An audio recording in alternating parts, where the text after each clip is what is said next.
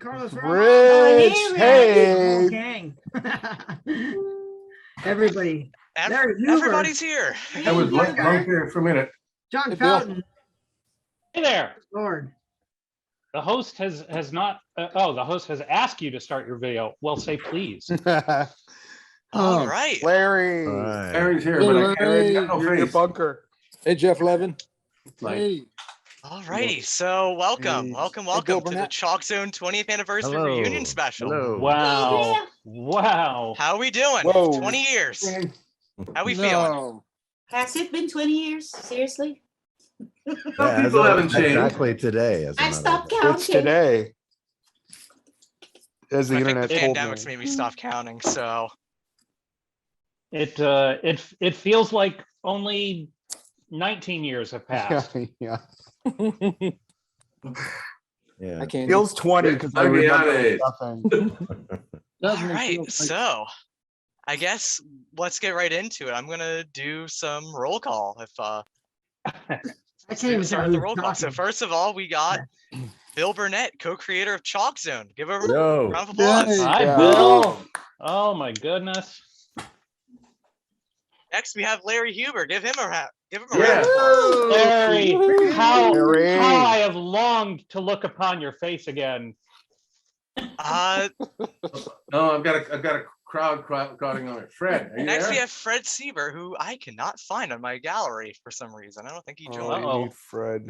That's We gotta Seibert. have Fred. There's Seibert. Okay, whoops. E. I got that. E.G. Daly, who will be Arriving later. arriving later. Right. So we'll definitely see her in a little bit. Candi Milo, the voice of Snap. Andy. Yeah. Wow. Also arriving later, Jess Harnell, the voice of Joe Tabuti, as well as Still many looks other great. characters. Wow. Back on. I'm He looks sorry, just I'm- like Joe Tabuti. Next, we have Yes. Robert Kate, Robert voice Kate. of Mr. Wilter and Blocky, who I don't think he has joined either. But hopefully My we'll see favorite. him soon. Next, Debi Derryberry, the voice Yes. of Miss Tweezer, as well as many other characters. Derryberry. Nice. No light on my face. Sorry. Debbie, I believe. There we go. She's unmuted. Hi. Hey. There you Hi. are. Hi. Next, we got Carlos Ramos, art director. Hey. Yes. Yeah. Kudos. Did the drawings. Ramos. Did the drawings. Woohoo. Up next, we got Aydrea Walden, who's a writer on the show. Aydrea, I didn't know you'd be here. Oh, Aydrea. It's me. Yay. Oh my Next, goodness. we have Jenny Nissenson. Wow. Oh Jenny. my God, I remember Jenny. Where are Wow. you? Where's That's Jenny? wow. Here. How far away? Where is Wow, she? I don't. Wow. His part is dark. Whoa. Hey. Next, John Fountain, Storyboards. storyboard artist John Fountain. Yeah. Also the voice of And- Howdy Rudy. And the voice Yay. of Howdy Rudy. Yay, John! I have my ChalkZone signature beer with me. Oh, wow. Oh, Aliki was character design. Yeah. Aliki Theofilopoulos, who I believe isn't here either Man. right now. She's a Hopefully all the people Subtitle. I've mentioned She's the director will now. join later. She's a showrunner now. She is crazy important. Becca Ramos. See, that's the Background background. Hey. With the background going Yeah. on too. Guy Moon. Famous Guy Guy Moon, Moon. composer. Guy Moon. the infamous For guy the who first half of the show. AKA just like that. Man. left us for more money. Yeah. Yes. Jeff too. Levin, composer for the latter half of the series. Right, No, that's not gonna work. The feuding between those two was legendary. Yeah, That's the incredible. one. This twice. Hot. Is she here? Melissa is not here, but Aw. hopefully we'll see her later on. Melissa Lugar. She looks like she's in Vancouver. Hey, Rich. Yeah. Rich. And Yeah. but someone who is Yeah. here, Rich Magallanes, executive No producer way. in charge of production. Give it up for him. I saw him there for a minute. Hey. Oh. Yeah, Hey, I'm here. Rich! I'm here. That's the most mature photo you'll ever see of me. Thank you. All Hello, right. Candi So, Milo. is Oh, there anybody man. that I Hey. missed? Candi Milo. It's Yeah. not Melissa Lugar under the block that says Melissa Lugar.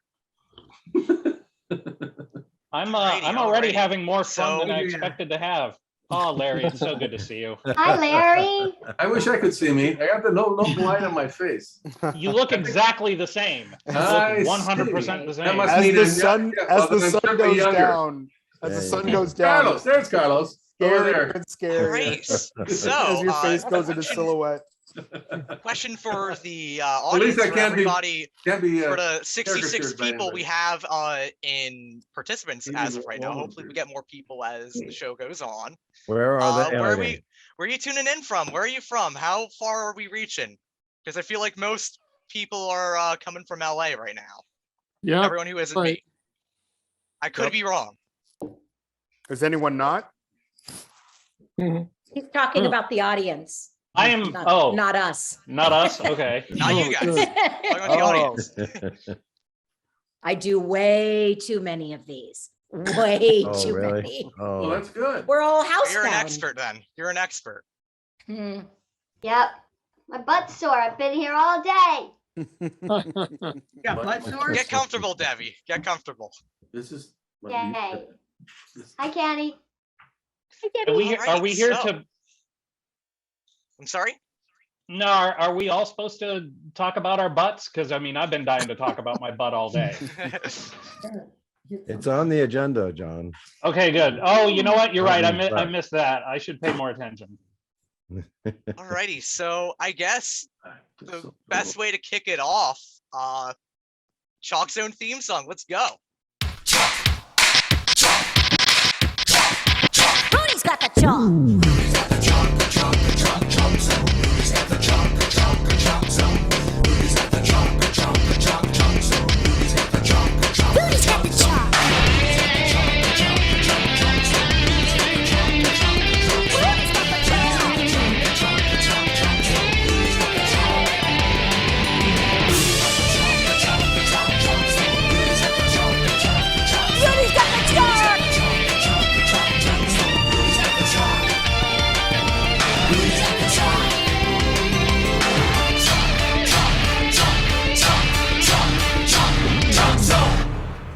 Woo! Woo! Yeah, that's rocking. Still stands up. Nice. Still does. Fireplace in a bag. Had me rocking. My mic was on mute, so I was The just talking thumper. at thin air. Anyway, I would like to shout out the great Michael Hakes, who did that guitar lick, who passed away in 2003. Ooh. Oh my goodness. Oh, that's a drag. Rest in peace. But that being said, I keep hearing from tons of ChalkZone fans as this being one of the greatest TV themes ever. So, Bill, you've earned that. You've earned that title. I really Yeah, think you Bill. do.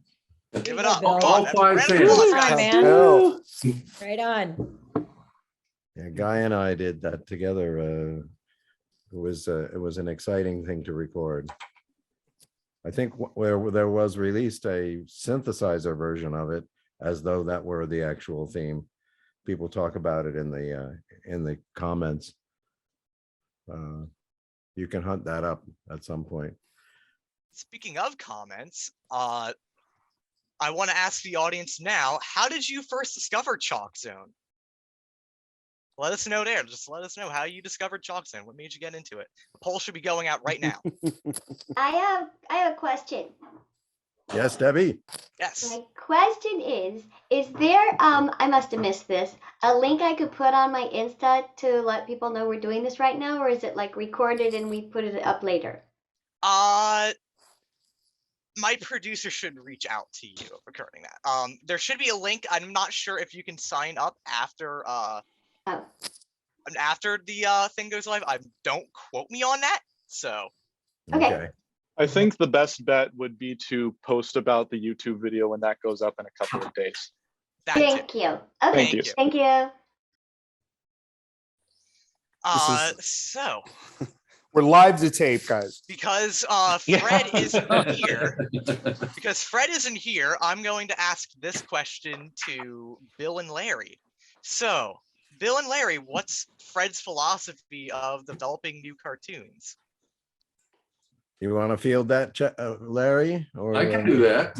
Like, I mean, Fred's a fan. I think that's where it comes down to. Fred was the first, when he took over Hanna-Barbera at the time that we were there at that moment in time, he said to everybody in the audience, and the audience was somebody at the AMC theater that he opened up for a private screening, and he got up there and introduced himself to the whole company. And one of the things he said was, I'm Fred Seibert, I did MTV and got a he said, but I got to tell you, I've never run a cartoon studio before in my life. So I really don't know what I'm doing. He said, so I'm going to depend a lot on you to guide me along. He said, so I'm going to let you make cartoons and I'm just going to market them. And at that time I fell in love with the man. As his first executive ever said clearly to everybody that he didn't know what the hell he was doing. He said that. Wait a minute, didn't I say that every day? He's the only one who admitted it. He said that, but he had a very definite philosophy of wanting to, replicate the Termite Terrace 7-minute funny cartoon with artists as the driving force, not writers. And so he said, and he wanted it to be that we decide what cartoons we're going to make based on making a lot of short cartoons and putting up, throwing it all against the wall and seeing which ones stick, as opposed to network executives saying, yes, we think this would be the really great story to go with. So let's spend $25 million on this one idea. And so we spent $25 million or whatever it was on 39 ideas. And that was basically Fred's modus operandi for What a Cartoon, Oh Yeah Cartoons, Random Cartoons, and later his own Frederator online cartoon thing. Yeah, and he always let fans and the market drive it. So kids got to see what they wanted to see, and you can see where cartoons are today. They're very soft and they're studio driven, which is a real drag. It's very nondescript voices. There's not a sense of playfulness or fun, and you can tell that they are. I feel, as having done this for 34 years, that it just feels very, this is what this studio wants its brand to look like. We want to be the soap opera studio. We want to be the teaching. And I think what I loved about Fred was that he let kids decide what they wanted to watch, which I think is part of his genius.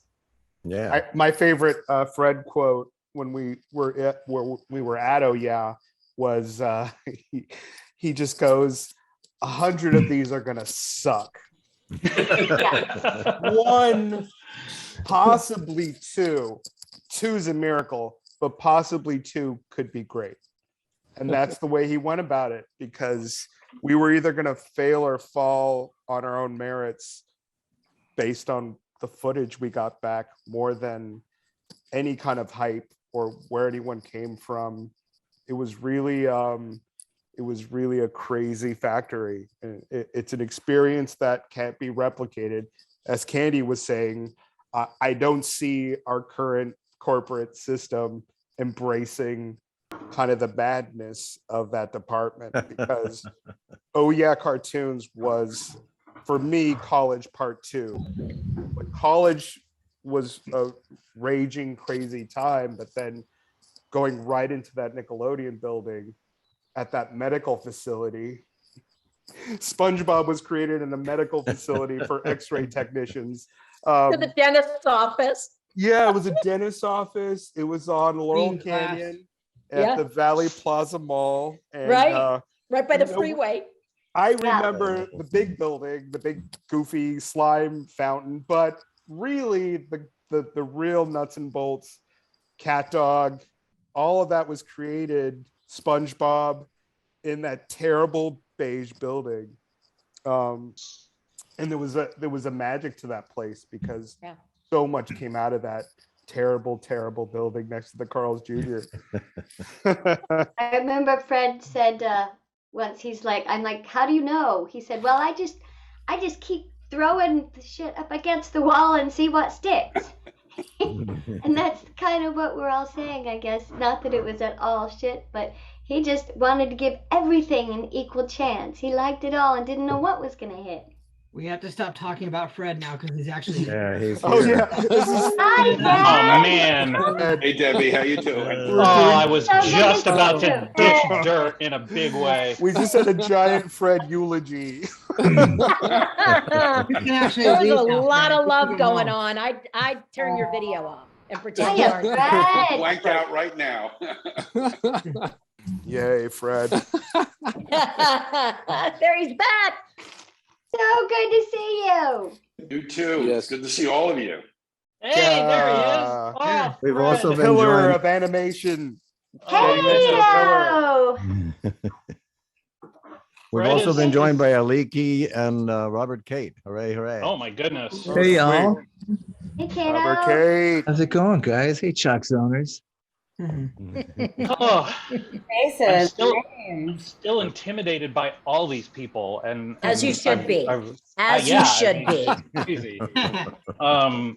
Wow. Speaking of intimidation, that reminds me of when I met Fred. Unlike many of the people on Oh Yeah Cartoons, I did not go to an animation school, and I was literally fresh out of the pickup truck from my little hayseed town of Kalamazoo, Michigan, and I knew nothing about how things worked. But I knew that Fred was a giant, both metaphorically and, physically. I mean, you walk in the room and he just towers over you. And I just yet- kept gaining weight. You and me both, buddy. You still look better than I do. But I knew this guy was this incredibly powerful man, and I'm from nowhere, middle of nowhere. I'm from a town that people use the name of when they're talking about middle of nowhere. It's Kalamazoo. I come from Kalamazoo, and here I am with this mogul, and yet he made me feel super important and super special because I do cartoons. The man loves cartoons. So yeah, what Larry said at the beginning, what Carlos said later, just the love this man has for the craft is amazing. And what you didn't know is that Bill Burnett and I know that Gibson guitars come from Kalamazoo. So you had like a positive right there. And Rogaine. So Thank you. if you're a balding, if you're a balding guitar player, you thank the fine folks of Kalamazoo. A lot of love for you here, Fred. I'm speechless actually, but thank you very much. And Well, I I'll tell see you- that Carlos has been using Rogaine on his face. Yeah. And it's like It's unstoppable. It can get bigger if you'd like. Probably by the end of this podcast, it'll be huge. He's drinking some right now, and that's what's in his cup. COVID days. Everybody has beer during COVID. Why am I the only one drinking this? That's what I want to know. Why am I the only one? Because it goes drinking bad in the Hiding mine. cellar, I'll tell you. Blackboard brew. I'm just hiding mine. All day. Whiskey. By the way, I just want to add in the fact that not only did ChalkZone come out of the Oh Yeah cartoons, we got 3 gems. Meaning Nickelodeon got 3 gems out of that. 3 different series. One, Fairly Odd Parents, ChalkZone being this one, and then also Teenage Robot. Yeah. So we owe like Teenage a triple, Robot. triple hooray to Hey. all those. Yeah. Fantastic. Yeah, that's right. Rob Renzetti, Alex Kirk, Yep. cartoon. Yep. Yep. Me. Rebecca, we're not hearing you. What'd you say, Guy? Rebecca, we're not hearing Rebecca. Can you hear me now? Yeah. yes. Okay, awesome. Okay, I was speaking into the okay, that was weird. Okay, I guess the next question's for Fred. Technical difficulties. Next question for Fred though. When did you think that ChalkZone might be special? Immediately. It was a great idea from the very start. Bill might have mentioned that he and I knew each other for many, many, many years. Well, not that many years. Many years before Oh Yeah Cartoons. We started working together in New York. And even back then, I knew about his great interest in the Phantom Toll Booth and the kinds of things, the kinds of stories that could come out of that mysterious and magical environment. And he was attracted to those kinds of stories over and over again. So when he brought one in that was ChalkZone, you know, at the time, Nickelodeon was particularly obsessed with the idea that cartoons had to have actual kids in them. They hadn't yet graduated to sponges or anything other than human-like characters. And so now Bill had brought this idea in. He partnered with Larry, who was by my side from pretty much the minute I got into the cartoon business and admitted I knew nothing about making cartoons. And he was willing not just to hold my hand then, but to hold my hand and the dozens of young filmmakers we worked with over the years. So the combination of the story and the kinds of stories I knew Bill liked to tell, the characterizations that they brought to it in the pitch, the partnership of Larry and Bill, and the talent that I knew that they would attract, you know, starting with Carlos and the special piece that he brought to the table. On all fronts, I had a great feeling about it from the beginning. And then we should also give a lot of credit to Albie Hecht, who was running Nickelodeon production at the time. And Albie, I think, called me within 5 minutes after reading the storyboard and said, "This is a winner, we have to do it." And, you know, when Albie decides he wants to do something, things happen. I never just heard that story before. Really quickly, I want to, I mean, because it just changed my life, but I remember going in to pitch to Fred and Larry, and, you know, I was trying to show some short film about Japanese robots, something that would never fly. and Fred goes, "Oh, thanks, kid. You know, that's good for you. You know, it's not really, we have a robot thing. Alex Kerwin was doing a giant robot thing. So we got one, what you're pitching, we have one of those. So, you know, you know, good luck." Not, you know, very friendly, but, you know, Fred's a busy man. And I remember just walking to my car, it's also amazing about Fred. He could tell you on the spot, "We're not going to do this," which is great because rarely does an executive give you a straight answer. They go, "Oh, you're great. We love you." Kind of head out the door in a daze. But I was bummed. I was just devastated. And I was just walking the halls, and Larry ran out of Fred's office and chased me. I don't know if you chased me, but in my mind, you grabbed me and you said, "Look, kid, like, we're not going to make that one, but I've got a script that I think you'd be great for." And as soon as I read that script, I could see it all. I could see Rudy and Snap. You know, those designs came so quickly, and the style came so quickly in my memory, just because I could see it all. And I think Larry, you'd given me like a box of art of failed attempts by different artists to kind of envision ChalkZone. And, you know, I was a cocky kid. I was like, "Those suck. I'll show you how to draw Snap." And it was really a magical, you know, 2:30 in North Hollywood. And it feels like that was kind of the lightning moment where everything kind of kicked off. That's amazing. Yeah. Now my chance to talk about him. The thing that I always admired about Carlos's portfolio, if you ever took a look, he's known for what I call the flat art, but his portfolio, the one that I saw come out of was the Cal Arts. Did you go to? Yep. Yeah. Is amazingly fluid and full of all sorts of character and animal art and props and stuff. He could draw anything, and it always, I used it whenever I was asked about what to submit as a portfolio, and Carlos's was his portfolio. So I knew he could draw anything, and to see what came out, and of course it does help to win an Annie Award, and so it was right out of the box. He won an Annie Award. So yeah, that's true. It's true. I will mention that I think Craig McCracken might have suggested you come in to see us to begin with. Okay. And I looked at your portfolio, and I don't know anything really about cartoons per se in terms of the what's right and what's wrong in terms of somebody's portfolio and all that. And I remember bringing it to Larry, and I said, look, I really like the way this guy draws. Can that work for us? And Larry took one look at it, and he's much nicer than me, but he said the equivalent of, fuck yeah, are you kidding? This guy is great. And, you came right on.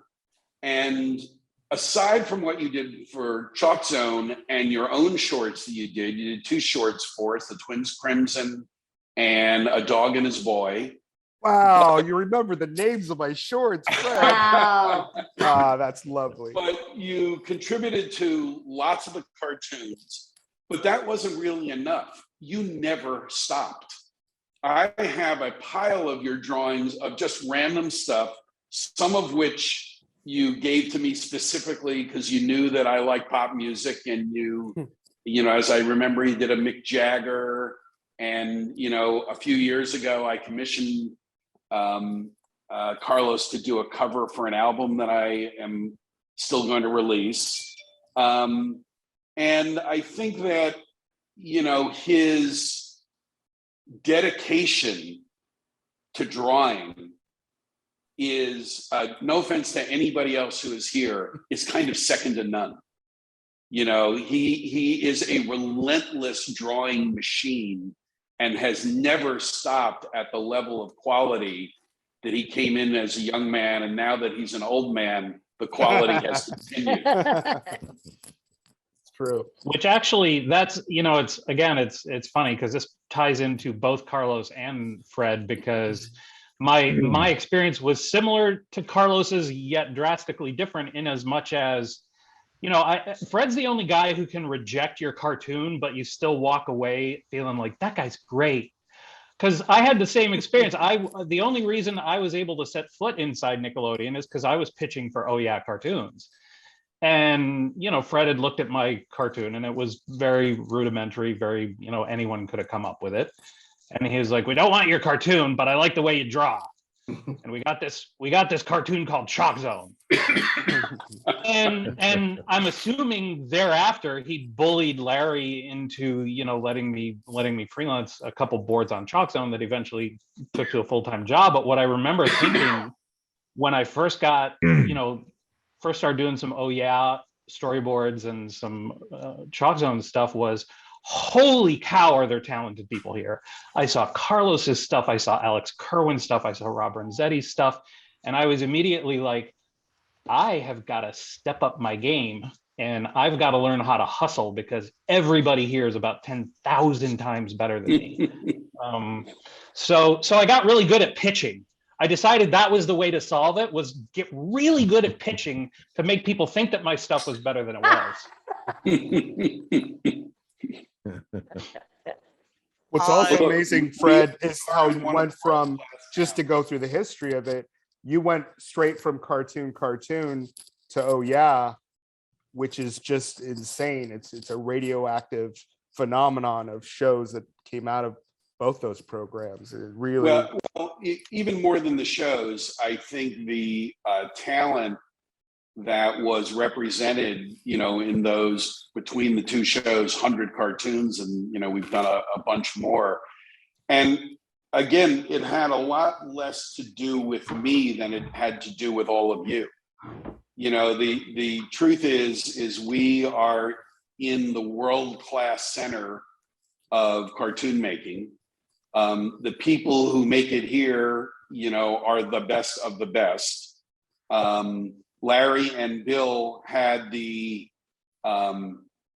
radar to take the best of the best, you know, and move it up. Some people got their start on this show. Some people were veterans that were in this show. And they curated a team that was amazing. And again, you know, I'm proud of everything that came out of any of the shows that we've done, but I realize that my major job is as an enabler of talent that I'm honored to be associated with. You know, like, please, I just got to say yes, you know, and that's really like, I was just lucky that people gave me the chance to say yes to the kind of talent that made ChalkZone. And it's more fun saying yes too. It sure is. And I Rich, agree. you know that too. And I agree with John. So many talented people worked on Oh Yeah.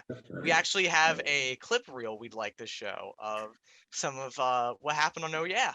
The competition was fierce, and these are the new tunes who are loud enough, wild enough, freaky enough to star in their very own Nicktoons. Oh yeah! Oh yeah! Oh yeah! Cartoons! Here, you're the artist. Draw something. Faster, Rudy, faster! Here he comes!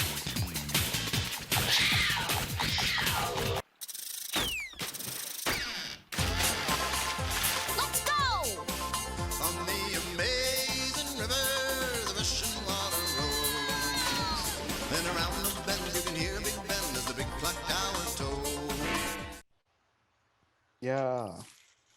Fantastic. Wow. Wow. Is that your song, Bill Burnett? Have we talked about Bill's and Guy's music yet? We haven't gotten to the music yet. Oh. Was that your song at the end? Oh, yeah.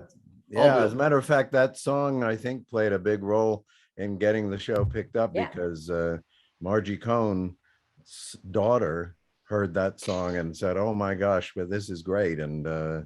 And so Margie said, "Well, we've got to go with this." You know, in my garage, I could run. I found 10 CDs that I had bought of all the ChalkZone music that we put out. Oh, wow. And I was like, 10 lucky listeners can get these for free for just $10,000 a piece. Put my bank account in the chat, but I do have them. I mean, the music that was a big part of it. We did MTV videos at the end of every episode. Nobody was doing that. Nobody did that. Hey, there's Melissa Lugar. Hi. Melissa Lugar's here, everybody. Give it up. Yeah. Hey, Mel. Hi, everybody. I'm sorry. Anyway, technical difficulties, but I'm here. It's all good. No worries. Right place. You know, speaking of Albie Hecht, that was Albie's order was we got to have a song in every episode. Albie said, out of the blue.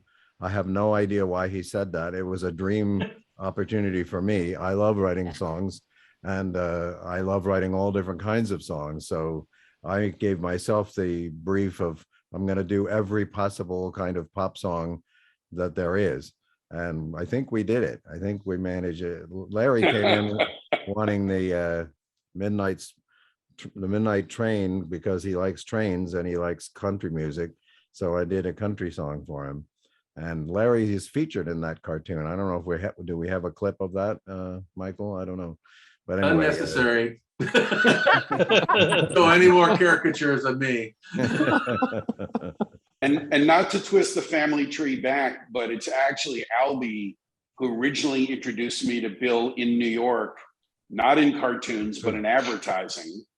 And he started exposing his musical interest to me right away. We're more or less the same age, so we come out of the same set of influences, and we have had explosive arguments over the years about what was legit and what is and what isn't legit. Though I think we pretty much at this point agree on virtually everything musically. Yeah, except for maybe Cecil Taylor record. I wanted to mention one thing about portfolios playing a part in finding the right artists, because we went through a lot of artists, and sometimes they came to us, and sometimes they came to us through their portfolios. And one of them was sent to me by Fred again, who said, well, I really like this guy's art, but I don't know if we can use it. So I'm passing it on to you to see if you can squeeze it in. And so I showed it to Bill, and we talked about it, and we came up with a show wrapped around it because we were looking for something for the Halloween special or show. And the man came to me, and I said to him, well, look, I'm looking for someone who can do a drawing like the stuff you see that's painted on velvet at the border as you're crossing. And he says, Larry, I'm your man. And that was Jorge Gutierrez, who went on to be a big shot. Never writes, never calls, never sent me a check. A lot of fun to work. Jorge could buy and sell all of us. That's probably true. But always deservedly so, though. The guy. Well, maybe not Fred. Fred's got something on everyone.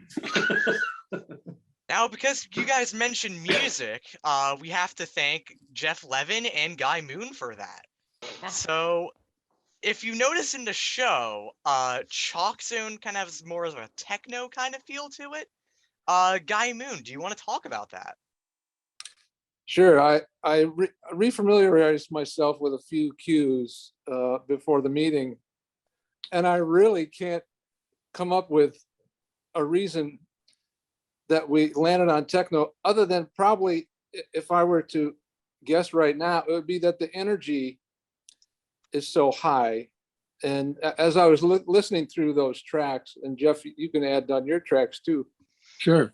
I was surprised at how the tempos were really pretty fast and aggressive, and the beats were very harsh and hard hitting. And when you look at it with a picture, in my mind, it kind of opens up. It takes the chalk a little further. I wouldn't call the chalk soft, but there's something about the techno that just maybe even pushes it kind of over the cliff. And in so many ways, I mean, and a lot of the artwork was the same way. Rudy is constantly drawing steps and things and jumping off and creating things to jump off. So yeah, it's interesting that you asked that, because I was asking myself the same question. How did we end up with techno-based music? And the techno also ran through the country music and the score. Sometimes the score was more Carl Stalling or a kind of classic cartoon, old 50s stuff, but with a techno beat underneath. And then a lot of the songs ended up would be, say for instance, the country song, we'd get a banjo player and a guitar player and a bass and a jug and all the right country musicians, and then put a techno beat under it. So it was a kind of a nice way to keep a line throughout the whole thing as well. What do you think, Geoff? Well, when I took over from you, my first response was, oh my God, how am I going to follow this?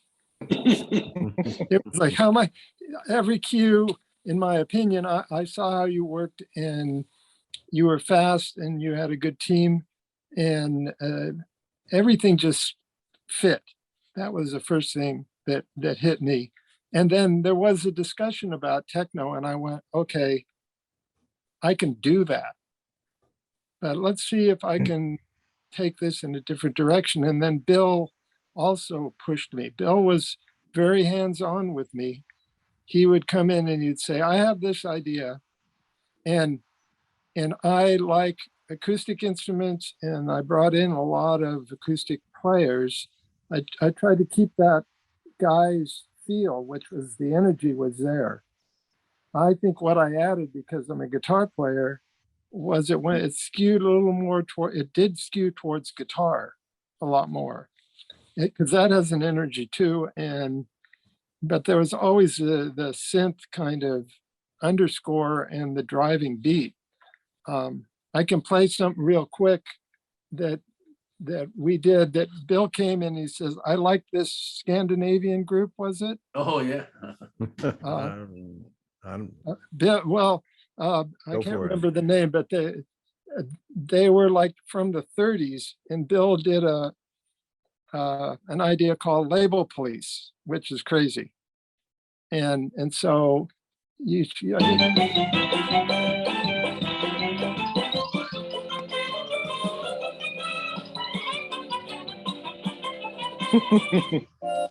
so that was Bohunks. That's the name of the Oh, group. the Bohunks, yeah. They're the Bohunks. greatest. Oh, They they're are the awesome. greatest. Yes, we are. So the second half of ChalkZone, Bill would just come in and say, I want this idea or I want that idea. And I was like, great, I get an opportunity. We had a great clarinet player on this. We had some really good woodwind players on that particular episode. And it was all 30s music, like the Little Rascals. I guess that's where it came from. So I think Guy, wouldn't you say, I don't know if you heard much of what I was doing because you were super busy at that time. And you were very helpful to me, by the way. Guy was a super gentleman, and he just made it so easy to transition from what he was doing to what I had to do to keep the level and quality up on the second half of the show. So, but the question is, I don't know if you heard the difference with my scores.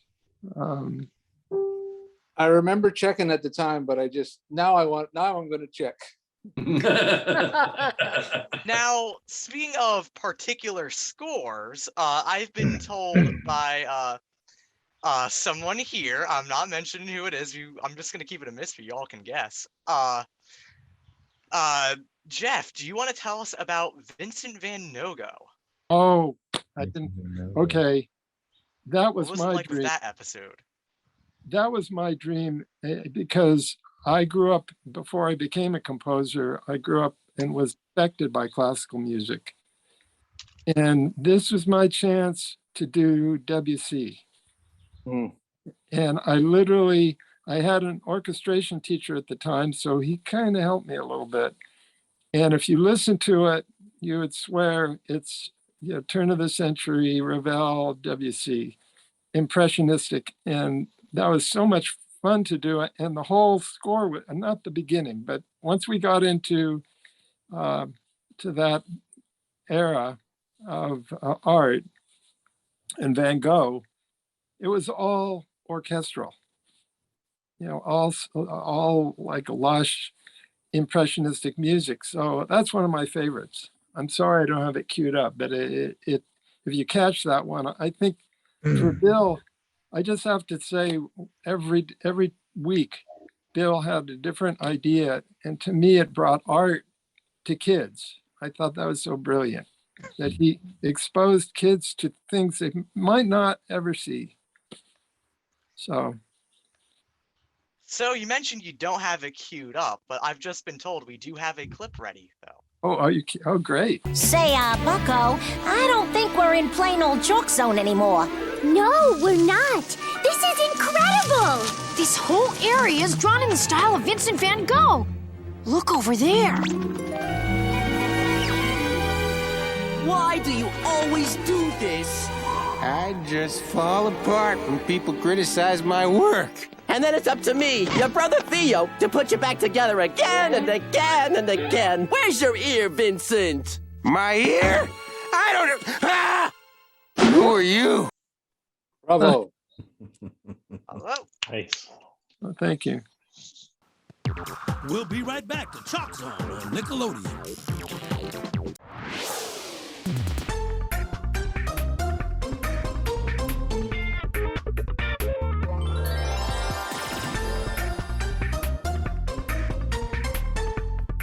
ChalkZone actually did play a very important part in my career trajectory because I had been working at Disney Feature Animation, and I always thought I was going to stay in features, but as CG films started becoming more popular, Disney made an announcement that they were no longer going to be making 2D animated films anymore.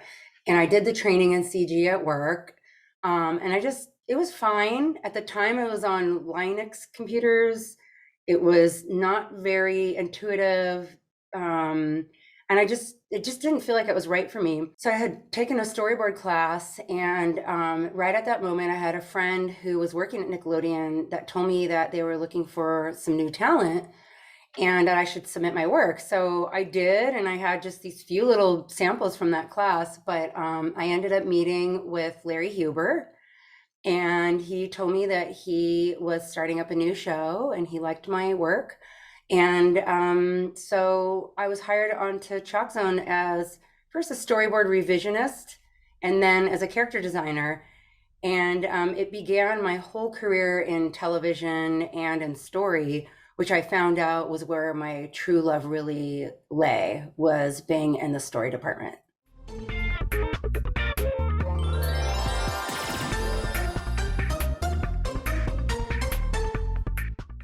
Yeah, well, there were a lot more Xerox copying, and there was a lot more erasing to the point where there might be a hole in your paper and you'd have to start over again.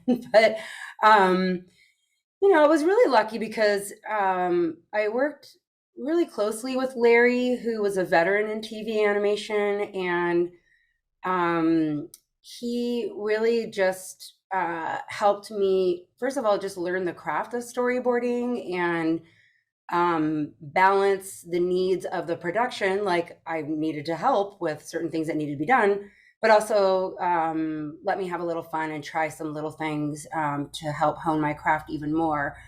So with boarding on paper, I would say the job was the same as it is when you're boarding digitally, because you're still drawing, you're still addressing notes that typically have come from the director or came out of a pitch.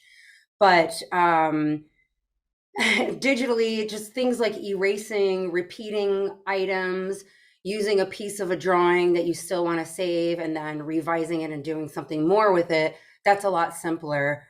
With paper, we literally would, if we did want to do that, we would have to photocopy it, cut it out, photocopy it 5 times if we needed to, cut it out, put Post-its on top. Oh my gosh, use liquid paper to, white out some of the pencil lines. And then I remember even we put a piece of tape on top so we could draw on top of it without smearing the liquid paper. It was just crazy. But the job itself, even though the process is different, the job itself is still very similar.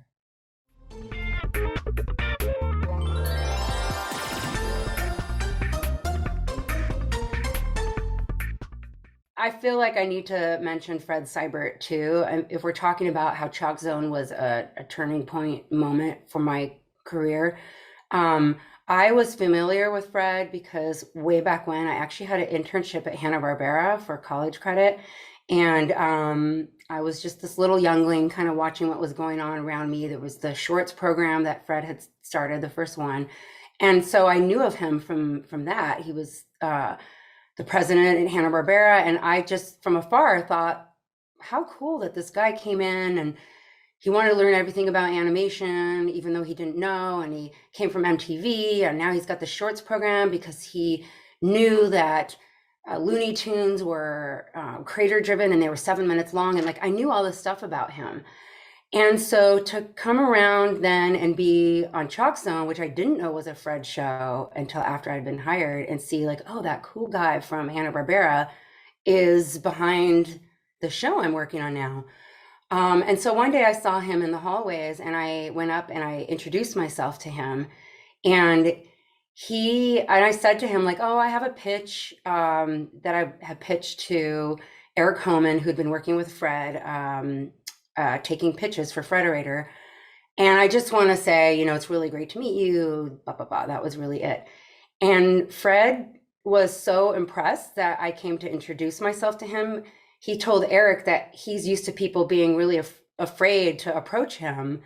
And the fact that I came up to him and introduced myself, he was like, oh, I want to know who this person is. So he actually went to Eric and told him about the interaction and asked to see my pitch. And later on, I ended up making that short with Fred for it wasn't Oh Yeah Cartoons, it was Random Cartoons, which was the shorts program that came after Oh Yeah. So I just wanted to mention that because it really is part of when we talk about the new trajectory that I was set on because of ChalkZone. My interactions with Fred definitely led to so many great things too. Now we're back to ChalkZone on Nickelodeon. Speaking of writing, we have Aydrea Walden. What was your favorite episode of ChalkZone that you wrote? How was it different from other shows that you've worked on? Oh my gosh. Well, probably my favorite episode probably would have been my first episode because it was also my first episode of television. ChalkZone was where I broke into the industry and learned I could do this. I, like Fountain, come from humble nowhere, small town Texas, and was like, I want to work in TV. And my family was like, okay, great. Yeah, super. Good luck with that. And yeah, I still remember interviewing with Melissa. And I was so excited. Where did she go? She was just here. There she is. I was so excited and I was so nervous. And it was amazing. It was me. I still remember walking onto that campus, I guess, I don't know what we call that campus now. I haven't been in the new building, but the like, I call it the old campus because I wasn't there at the medical facility. But I thought it was just the most magical thing. And I was brought onto the show as an assistant. And at the time, that is what the show needed, a writer's assistant, and everyone was very nice. But it was like, please do your job as an assistant. That's what we need at this time. And then one day there was an opportunity. I think the show was just short, some episode, like whatever our deliveries were for that week. And I was like, well, I've been taking notes and I have some ideas if you want to hear my ideas. And then they listened to my ideas and they, I can't remember the actual name of the episode. The one that I remember as being my first episode was Asleep at the Chalk, which it wasn't. There was a star-based episode before that was actually my first episode, I think. But Asleep at the Chalk is the one that I remember most clearly, and it was incredible. It was like I didn't actually think this could happen, and then it did. So thanks everybody. Great. Thank you. I literally owe my career to this show. So Aydrea generated the very cool Melodrammer Falls, which was a black and white silent movie thing. And also RV Having Fun Yet with the madly singing our recreational vehicle. And oh, do you know what else? I'm so sorry to interrupt you. I do also have to go in a couple of minutes. But I also, the other thing that I got to do, which I was shocked that I got to do it, was the one where, I don't remember what the episode was called, but it was a burger that really wanted to be eaten. And he spoke in rhyming couplets, and I got the sentence, I was created to be masticated on air. And I was shocked that worked. But it did. If you can't beat them, yes, that's what that was called. it was, yeah, Can't beat 'em, eat 'em. can't beat 'em, eat 'em. Yeah. Yes, it was about, because we were talking earlier about the sort of softer vibe of cartoons now, and I'm also very grateful for all the shows that I'm working on now, but I recognize that and the softerness of it, and I'm like, yeah, that was an episode about something begging to be destroyed, and we got to do it, and it was super fun. Does anybody out there actually believe the little timid voice that spoke and said, could you please think this? That was never Aunt Aydrea. I don't know what you're talking about. Not do that. I'm so shy. Full of energy yourself. So shy. I was Aydrea was super shy. I remember that. I remember that very specifically too. I think Aydrea and I found each other a little bit there. We were friends as I recall. Were we friends or were we bitter enemies? John, we're still not friends. I'm sad that you're on the Zoom. I wish that you weren't. No, but like we both came from small towns, Yes. and I know I was very much sort of intimidated, but with this sense of wonder, like, oh gosh, we really are. Yeah. This is big. You know, the building at the time, the Nickelodeon building at the time, had the distinction of being like the first. You know, this was made to be a cartoon building, so there was, you know, the way it was decorated, everything about it said cartoons are made here. Yeah. And it was fun, but it was very intimidating. It's so intimidating. That was thanks to Albie Heck too, by the way. I'll point out he's the one that wanted the building that way. Right. And I will also point out, I will bet that everybody here has felt the same way getting into this business as you two are describing. I will tell you, I didn't get into the business till I was 40 years old. And I was so scared that I didn't sit at my desk for the first 18 months that I had my office. And I was scared to leave my office and walk into the building with the main production staff, because I had no idea what they did for a living. I didn't understand. I would go into these meetings and Larry would complain that Craig McCracken hadn't come in with enough layouts.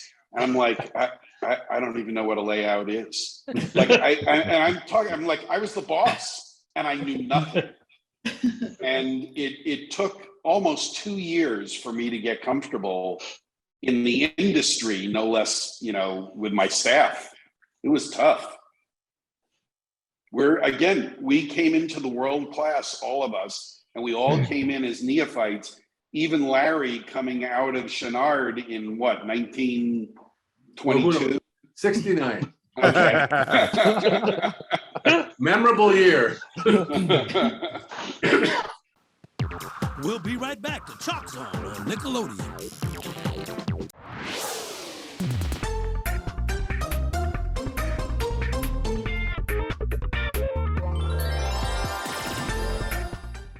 I mean, it was pretty relaxed. We would usually sit around in Bill's office or Larry's office and throw out ideas, and some would stick to the wall and some would slide down into a sticky, bubbly, smelly mass. And then we would be assigned an idea to take to premise, outline, or script. And sometimes they would be the idea that, you know, sometimes I would get the idea I came up with. Sometimes I would be assigned somebody else's idea. And that was kind of cool because there was really no ego at all. And it was supportive.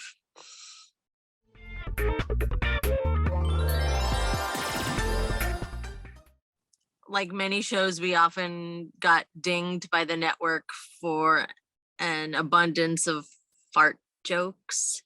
Yeah. It got to the point where we would put fart jokes in there on purpose so that we would have bargaining power and maybe get to keep something else that was a little below the line. Not that it would be racy, but Rudy's dad, Joe Tabuti, was a butcher, and meat jokes are funny. And it wasn't raunchy, but we would put fart jokes in there on purpose because we knew the network would flag them. And then if we got lucky, they would overlook something else that we really wanted to keep.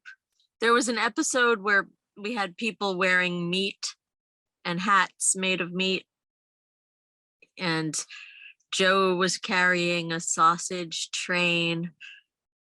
And this was way before Lady Gaga.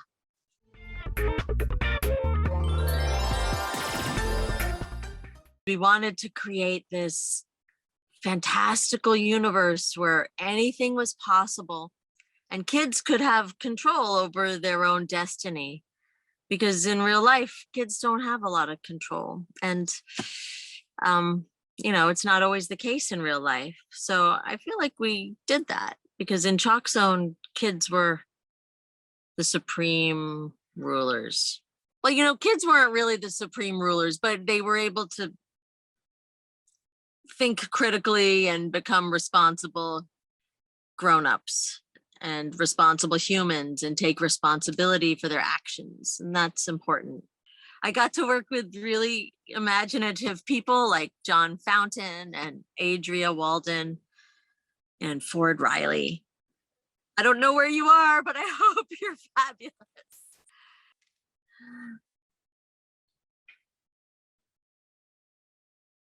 Rudy's got the chalk.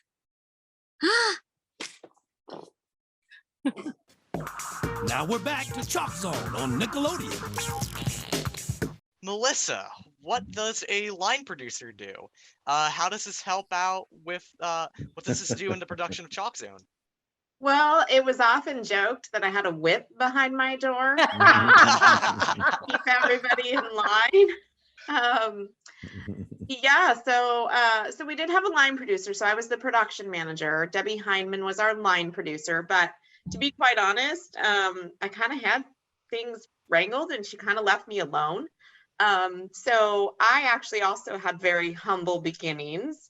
And Larry took a chance on me at Hanna-Barbera. I interviewed with him and he hired me as his assistant. So thank you very much, Larry. You're welcome. For my illustrious career. And so when I got the opportunity on the production side to come back and work with Larry and Bill, who I also knew from HB, I jumped at it. But yeah, on the production side, I handled all the scheduling. With all of the different lengths of the episodes that we had, I had to put a schedule together for our crew that made sense so that we could continuously keep working, you know, not go over budget. I actually have a schedule behind me. You probably can't really see it very well, but I pulled out some old stuff. Wow. Because, you know, every different Is length that a of ChalkZone episode, schedule? it is, yeah. God. That looks about right. Yeah, I got Scam. I kept all the schedules and I realized now I should have been keeping the storyboards and the script. I have all the scheduling stuff. So yeah, it's just it's keeping everything together, wrangling it all and making sure that everybody's you know, getting their work done on time. And if they're not, what do we need to do to make that happen? So yeah, cracking the whip. And Rebecca, for you and the audience members, understand that a cartoon production is like a runaway train. I'm still intimidated by those schedules. I still don't know what they mean. They freak me out to no end. And I've been doing this for now almost 30 years. And recording in progress. If one thing goes wrong in that schedule, the train like crashes. And so Melissa and the other people that she is here representing, the hundreds of unsung production managers and line producers, are the people who just make sure the shit gets done. Because if it doesn't get done, we all, you know, we all fall apart. Can I jump in with also, this was back in the day of hand shipping, of like, I remember those like end of week. I feel like it was like so fun for me because I was like, that is so new. But like the end, I feel like it was like Friday nights and there'd be like extra food and it was just like printing out everything and like counting all the pages and like getting everything. You couldn't just, there was no simple emailing of or Dropboxing of the things. It was massive boxes and sheets of paper, and Melissa taught us how to do that. Yeah, you had to meet those ship dates, or you would be off and overseas would be off, and then if you had a very specific air date backed up against your schedule, that was a problem. I think the worst was when the network would come back and say, hey, you know this show down here, we really like it and we'd like to air it up here. And now you have no padding, and so you had to move things around and make it happen. Thanks a lot, Rich. I was gonna say, this is my only bit. Sorry. Okay, go ahead. I want to mention that Melissa Lugar actually was the only person I saw that terrified Jaime Diaz. He came to me and shook in terror. Says, you know, she's after me because I'm not. I said, look, I'll take care of it. Come on. So But I just sat down and said, look, I know he's slow. I know you think he's slow, but he's not slow. He's very meticulous about what he does. And we make it up in a post when it comes back. He may be a little late, but post will pick it up. And literally that's exactly what had happened. When Jaime's picture came back, that one time I called her in to look at it, no retakes. It went through like it was on a slide. I remember that. I have been out of the industry now for quite a while. I have a huge amount of respect for the artists and for what they do. At the time, to me, it was just work. And now, I look back and I'm amazed. I'm absolutely amazed at what everybody did, from artists, production, all of that to hold it together. It's amazing to me. So. Well, by the time you if you get in the industry and if you make it to the point where you are a director, you will learn that the line producer and the production manager are the absolute anchor, the absolute thing that holds everything together. Like the titles line producer and production manager should just be switched to make the cartoon happen-ers. Like that should be the title, because without them, you would just have piles of drawings and nothing would ever actually happen. So yeah, they really are the unsung heroes of this whole mess. Shout out to Debbie Heineman. A beautiful thing, because I was so green at the whole process of making a real cartoon, but Debbie would come to you with the fact that here's how much money you have to make your short. It's this dollar amount. It's not going to be more than that. And do you want to spend that money on a musician you really want to hire? Is he expensive? Is it going to eat half your budget? Great. You're just going to have to draw your own backgrounds then. It was very, very simple how she approached it on, cartoons, because we all had the same budget, no matter who we were, as far as I know, and we could play with it as we wanted to. And if we had some personal thing that we wanted to go after as far as an artist or a musician or a voice actor, it was up to us to kind of manage that, because you weren't going to get more money later. And that was kind of a real great discipline and really getting thrown into the deep end. I will point out that I bet that Debbie enjoyed beating the crap out of you every day. Oh yeah. No, we were all terrified of, you've got to be terrified of your line producer. I love telling this story about Debbie, even though it makes me sound like an absolute pompous jerk, but nobody would believe that, John. No, I know. And believe me, I know I was being a pompous jerk, but it was a great moment with Debbie because, like I said, I was such a hayseed.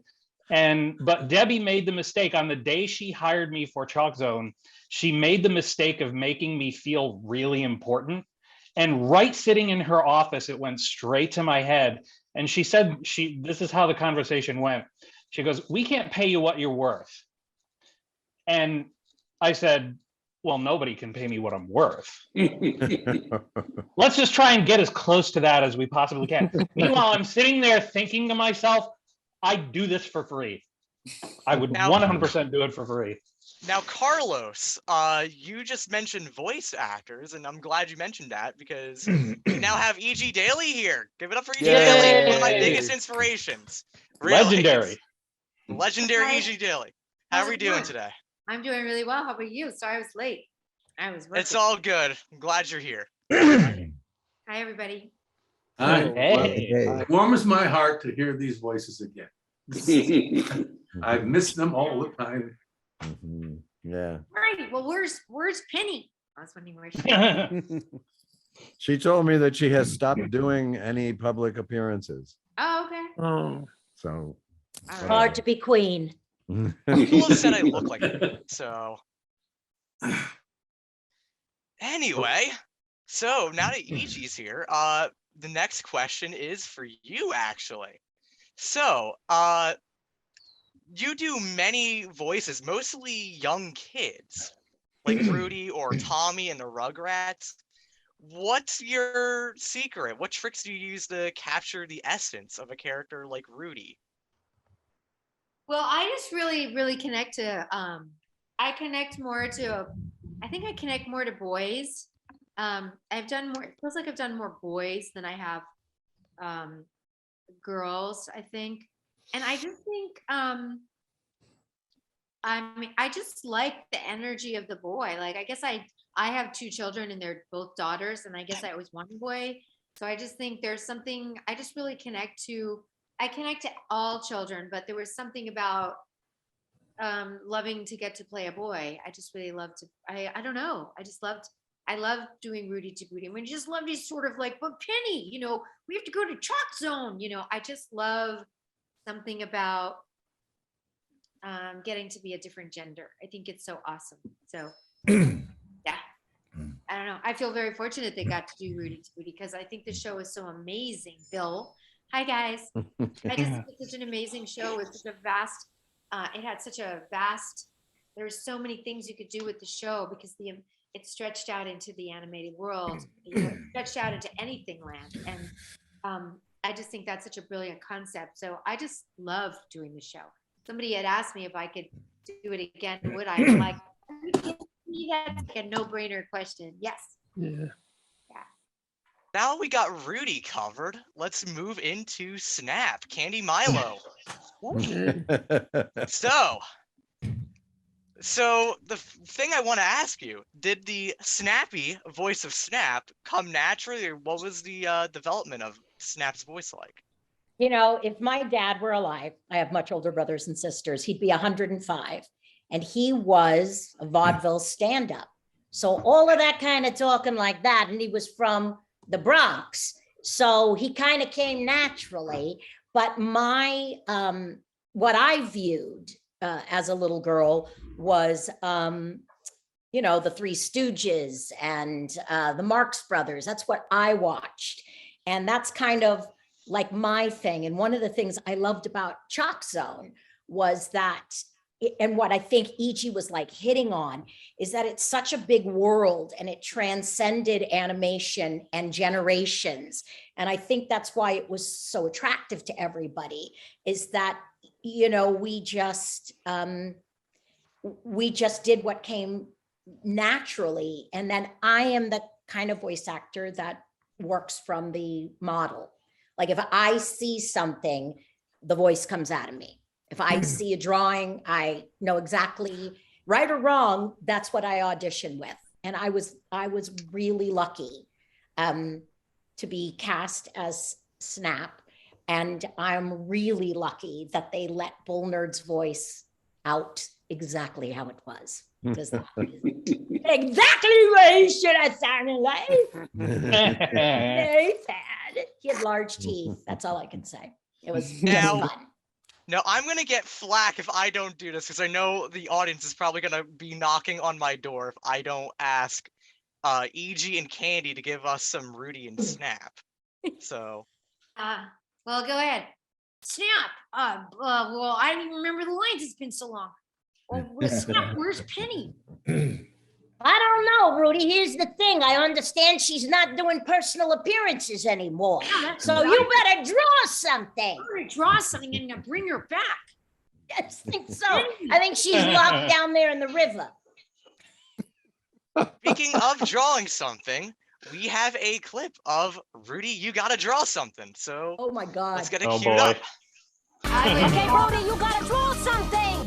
Rudy, you gotta draw something. Rudy, you gotta draw something. I colloid, Rudy. You gotta draw something else. Rudy, you gotta stop the drawing.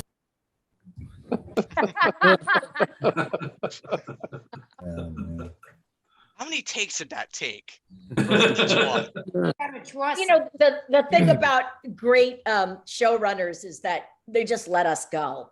Everything is so micromanaged now that you can't go like E.G. and I. I mean, we would laugh so hard sitting next to each other, and we'd be like in and out.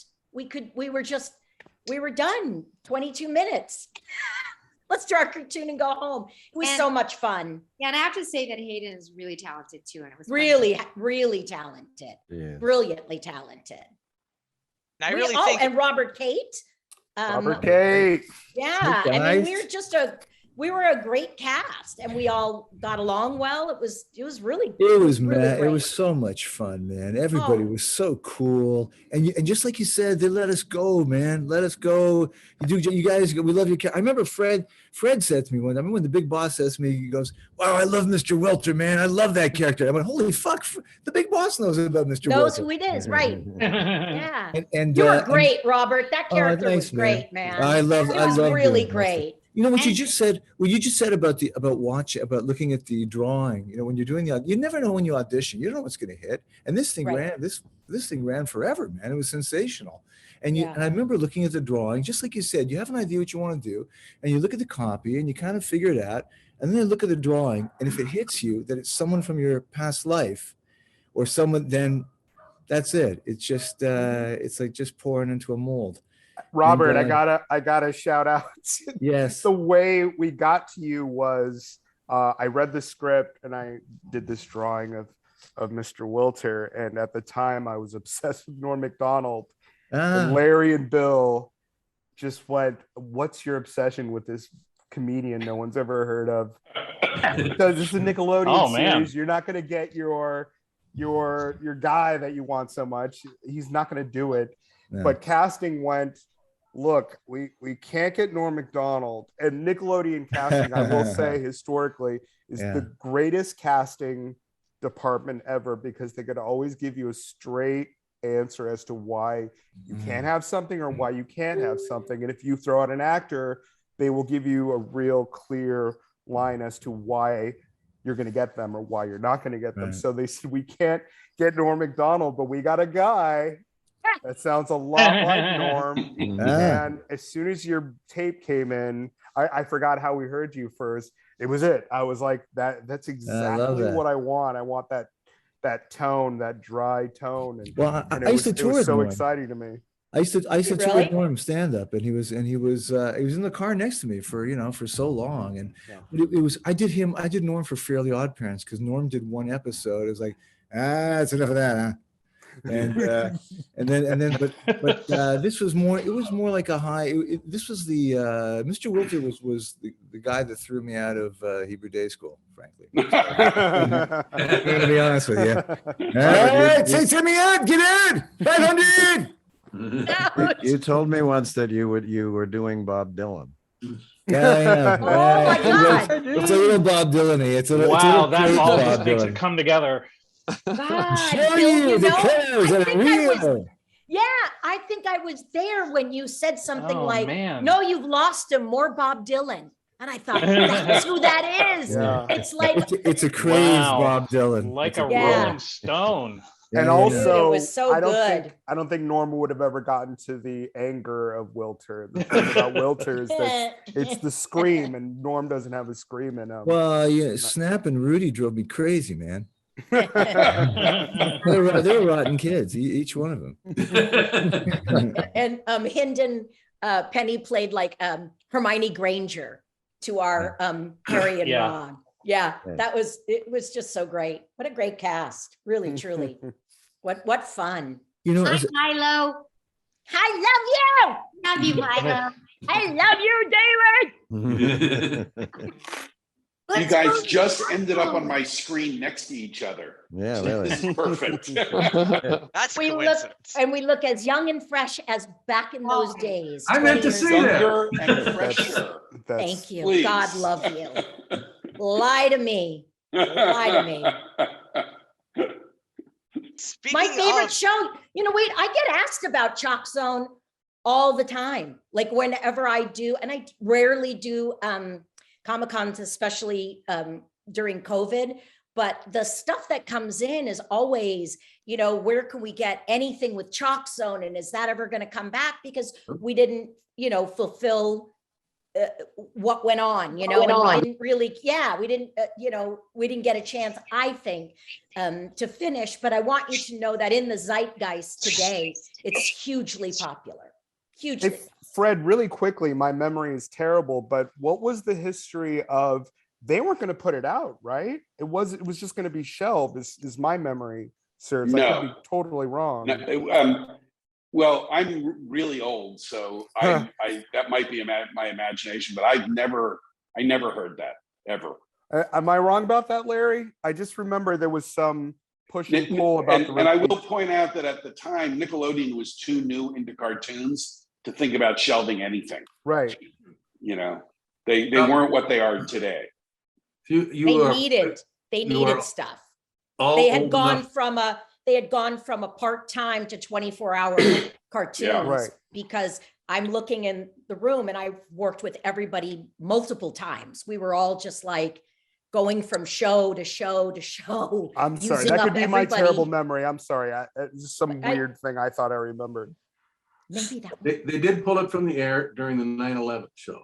Okay. Yes. There was a lot of the stuff froze because they was terrified that there was going to be a bomb exploding into something that had a lot of people in it. And so there was a lot of rumbling for that. That's when Warner Brothers built their wall around the building, for example. And a lot of this stuff started to tear up. So what happened was there was no shows being made during that period of time. And they put ChalkZone on after all that stuff. They held it for a while and they put it back. And well, we were one of the highest rated shows to ever be on the air at that time. And they came back. Because that's when we renegotiated our long-term budget, and everybody was very humble, and that included us. And we were very happy to get back and have that show come back and do the genius. And yeah, and at the time we were one of the few shows being made. I remember walking through the building and feeling like if we shot off a cannon, you wouldn't hit anybody. Yeah, you know that we were in a you know the sort of post-recession after 9/11 where everything went down. Advertisers weren't, buying advertising, which gave Nickelodeon lower budgets, and we happened to be in there already. We were really lucky. I do remember going in to pitch the X's during that time, and I remember that Nickelodeon building was empty. There was nobody there, crazy. and even I think Fairly Odd. I think Teenage Robot wasn't even being done at the time in that building, and it was just a very strange time. I remember just feeling like, are we gonna get back to it?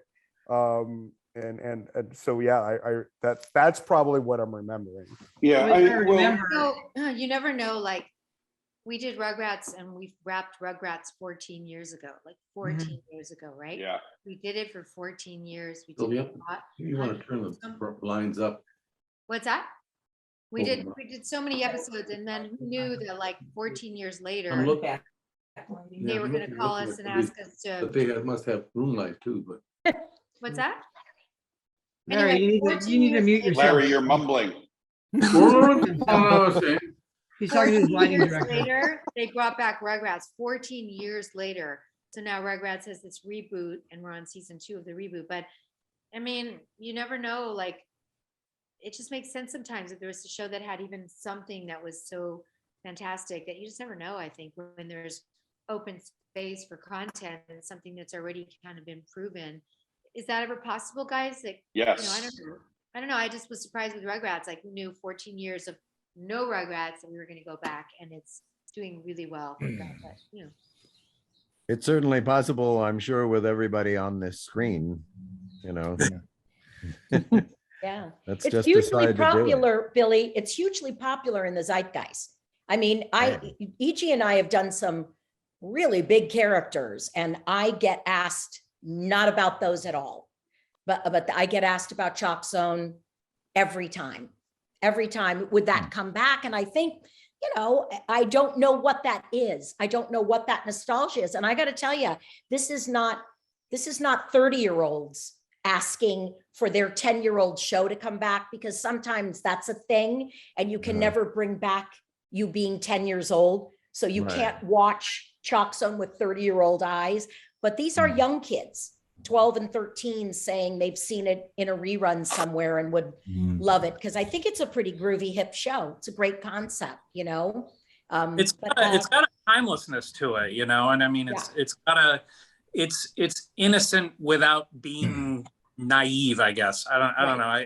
It does have that kind of, well, like I said, it's timelessness. I was surprised because, I've only been on Twitter for like a year, and I've just been tweeting stories about my time at Nickelodeon and stuff. And, at the time I tweeted about being on the Fairly Odd Parents, which was huge, and Invader Zim, which was huge.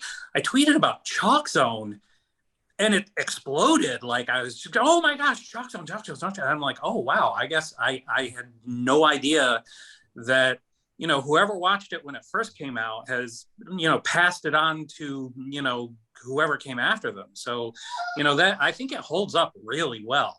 And look, the great thing is it's on Paramount Plus now, which has been growing like weeds over the last year. And that's where a lot of the young kids are seeing it again, because it's in a place where, honestly, they don't know how to launch new cartoons all that well. So the classics really, keep their value for them out there. I thanks, Fred. I had no idea it was on Paramount Plus. Yeah. Because most people that reach out to all of us watch these things on bootlegs and YouTube, which I'm so glad that exists, because my entire history in animation is only on YouTube and bootlegs. And so you got to shout out to the fans who watched the most corrupt 4th generation VHS. You could still see the lines through it on most clips, I find. So it's great to hear that it's finally on a digital platform. Carlos, do you ever watch on the YouTube, and like sometimes when somebody will go, I just saw this really great clip that somebody's put together, and I'm thinking, oh, it's going to be fun, like what they did with, you got to draw something, and I'll go. And it's the actual fan himself that has taken out the voices and he's put his own in, or he's put music in. Right. And you're like, I don't understand the goodness about this. And I'm sure it makes you feel very happy, but I've just wasted a minute of my life that I will never get back. So thank you so much. Let's make a real cartoon and not let them edit. I don't, I'm sorry. That's it. That's done. Well, the one thing that made ChalkZone so timeless, I think, was that you got to visit any time period, anywhere. And that most cartoons are contemporary, or they're that time period. This one, you could go into the future, you can go, and you did go into the past so many times. And I think where there's so much richness that still hasn't been explored. That's my view. Well, also Snap saying stuff like hoi polloi is great, because it's such a timeless vaudevillian character. Do you remember writing that, Bill? Yeah. Do you remember who changed the line to hoi polloi? Hoi polloi was. Do you remember when you changed that in the booth? Do you remember doing that? What was it? It was a different line. That was a exclamation of my then wife. Yes, that is exactly it. And that's when you changed it. That's so yes. Said, oh, you can't say that. You can't say that. And it's just gibberish. It is absolute gibberish. And I call malarkey on anybody who says that hoi polloi is not hoi. I'd like to stop for a second and welcome Becca Ramos to the conversation. Hi, Becca. Hi. Hi, Becca. Can you hear me? Can you hear me? I believe someone's echoing. Sorry. I had to fix something on my work computer, so now I had to transfer. Sorry, I was gone for a little bit. Hi, everyone. It's all good. We're glad you're here. Because you're here, I do want to move on to a question for you. Hold on a second. You gotta talk to Debi Derryberry during the voice section here. Yeah. Oh, sorry. Debbie. Actually, let me move on to Debbie then. Debbie, how are you? Long time no see. I know. Good to see y'all. So I have I only did like 4 episodes of ChalkZone, but Bill, called me in and was like, "You're gonna be Mrs. Tweezer." I never have played a grown-up in my life. And this was the very first chance someone trusted me to do a grown-up voice. And I thought to myself, I have no idea what I'm doing. And I thought, no, I got to act like I do, though. I'm going to say, just like we do as actors, we're like, no problem, no problem. And so I put on my best big girl nasal voice. And Bill, you just kept having me go, I don't know the description, but you wanted to make it like hurt people's ears. Like, make it really pinchy? And it turned out fine. And I loved that episode so much. I put it in my reel. Like I've had it in my reel. I've had it in my reel for whatever, 20 years now. And it was like Candi, one of those cartoons that people remember. You know, I was such a small part of it, but everybody knows about it. And okay, I'm just gonna say it's time to do another one. Yeah. Reboot. I agree. Speaking of reels, we have a reel of Miss Tweezer ready to go. So let's cue it up.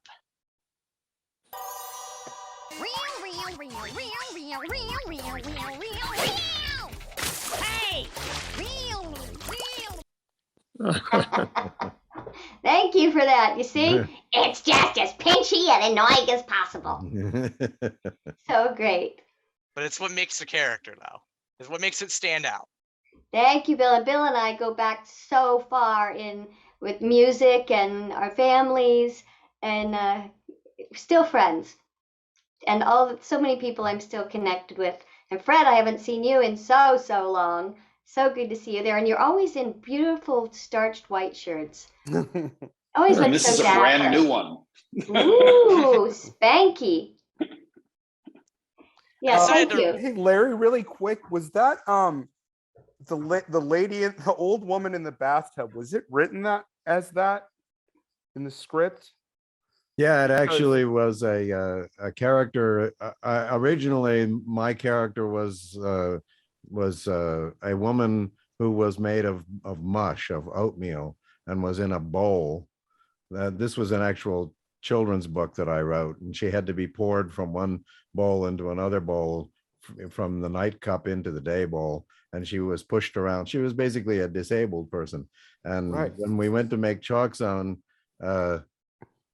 bathtub Granny was stuck in that bathtub. Rudy had drawn her that way. Right. She even says in the thanks very much, kid. You're giving me a wonderful life.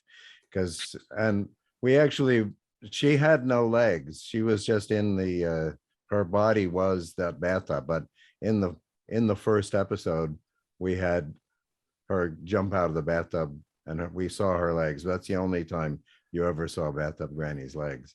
I think for me, it was an homage to The Shining when I read that. The old woman in the bathtub, and now you said, oh yeah.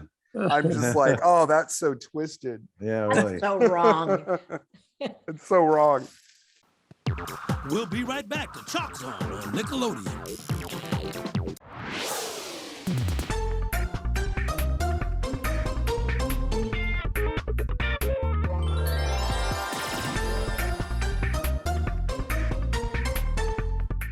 So that was all Bill Burnett. He had this really crazy idea of what he wanted from Queen Sheba, and she was like this rocker and, real big and fun, and oh my God, baby, what? So he was whatever we could come up with or whatever he thought we would do. And so I just, people always tell me I look like Tina Turner. It's my hair. But when you start thinking about those characters, who do you mimic it on? I thought about her.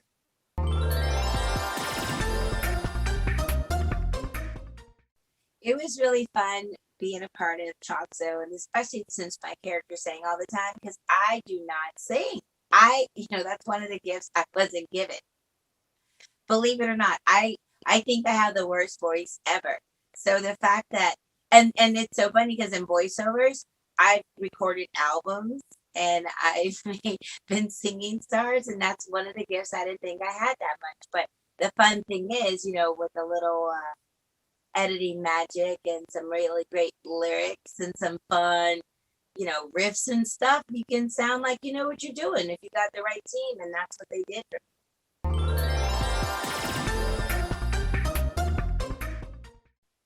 I don't know what you want me to say. I mean, it's all chill out in here.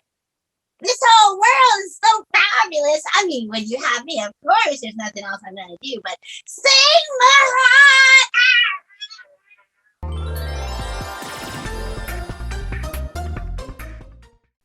I just think it was so unique that he could create whatever world with the chalk, and get us out of trouble, create portals, just really imaginative things. And I think the show in general just had such a magic spark to it that you liked being on the ride, you like coming along with us, and we enjoyed taking you there.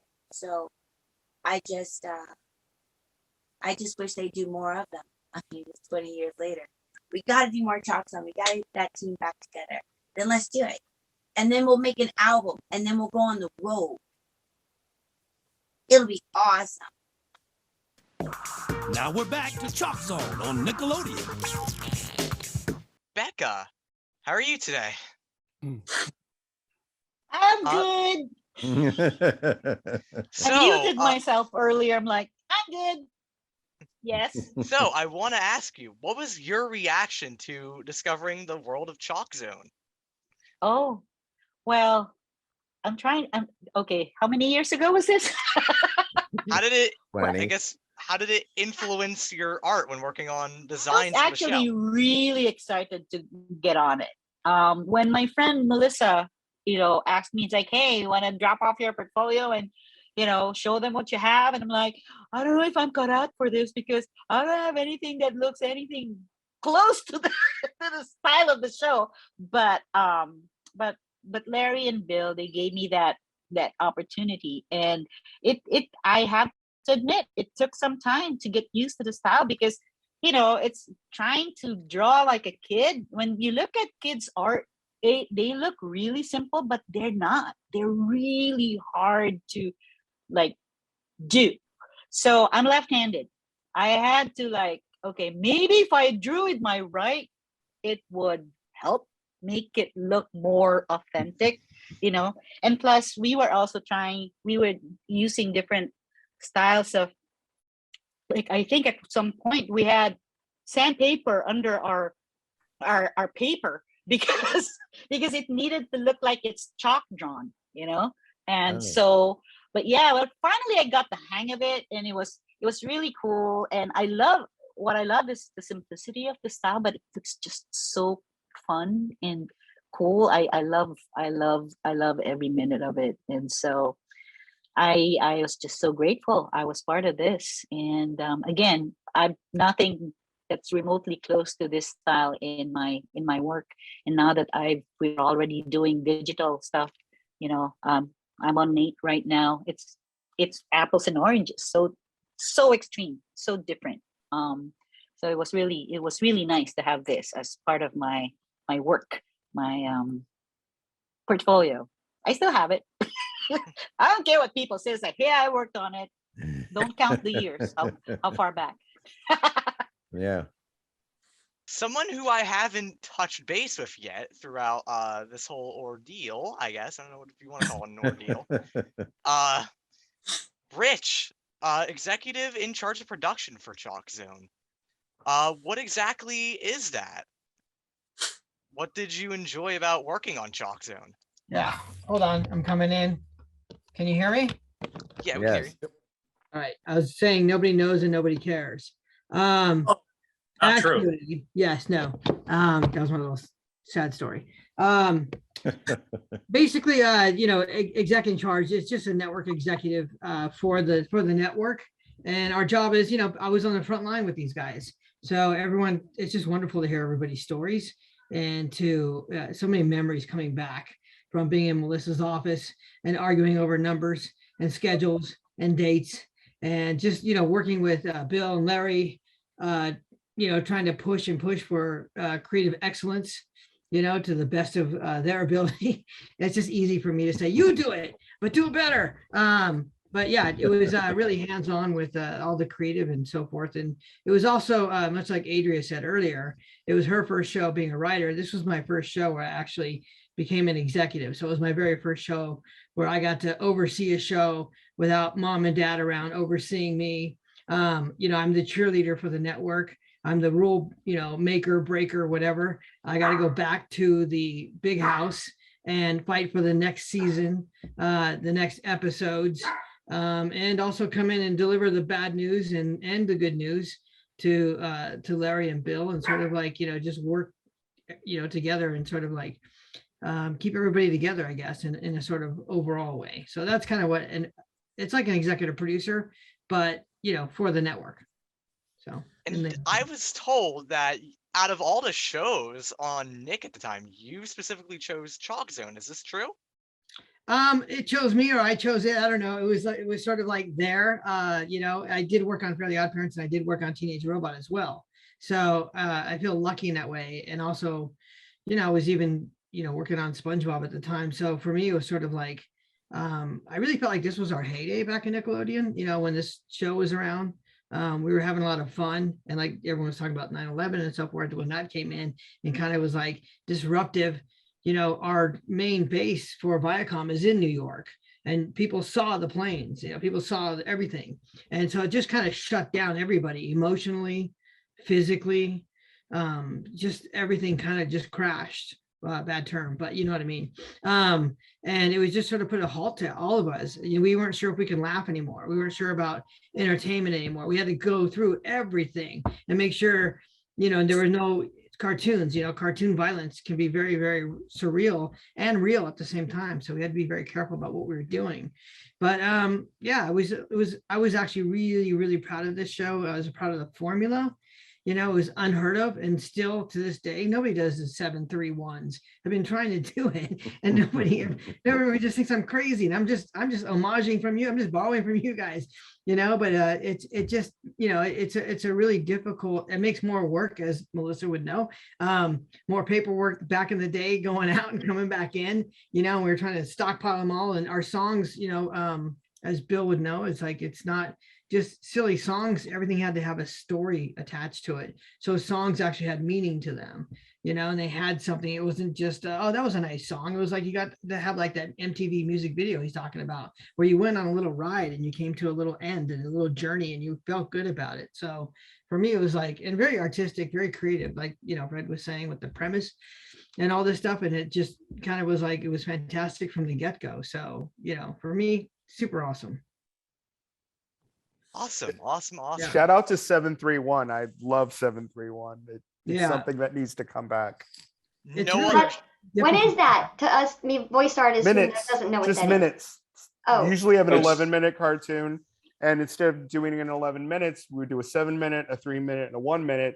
It's the same time length, but we get to do 3 different cartoons and the 1 minutes are the greatest because it's the speed of storytelling, and so I love a 1-minute short. I want to add actually that the very premise of the show, where anything and everything that's ever drawn in chalk goes into that world ChalkZone and becomes alive or not. Like, as a writer, as a creator, as a producer, all these things, all these artists, everybody that's working on it, is like, you get to decide, if you drew a tree, what kind of personality that tree had.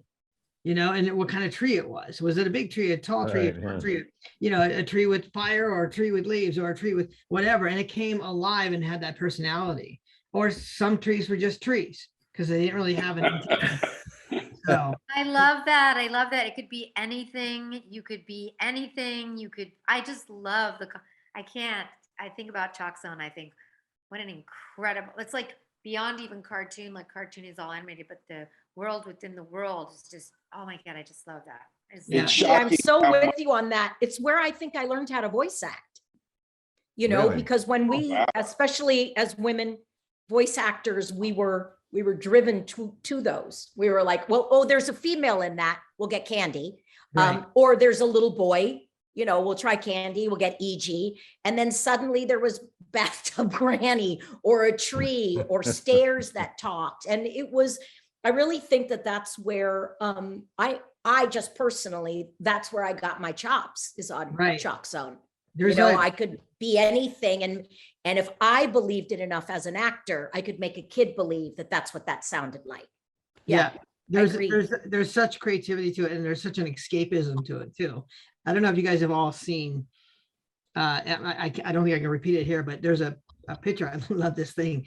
And it's a picture of Rudy to Rudy. His back is to, camera, and he's drawing the circle, the chalk circle. And it says, I'll just say F it. It says, F it, I'm out of here. And so he's about to go into ChalkZone. And it's just a wonderful piece, because it was literally like, you know what, without the explicative, that is exactly the essence of the show. Like, I'm out of here. There's an escapism. I'm going to go and venture over there. And, I just love that. It just sums it all up for me. How great is that if you're having a bad meeting and you could just like draw yourself in?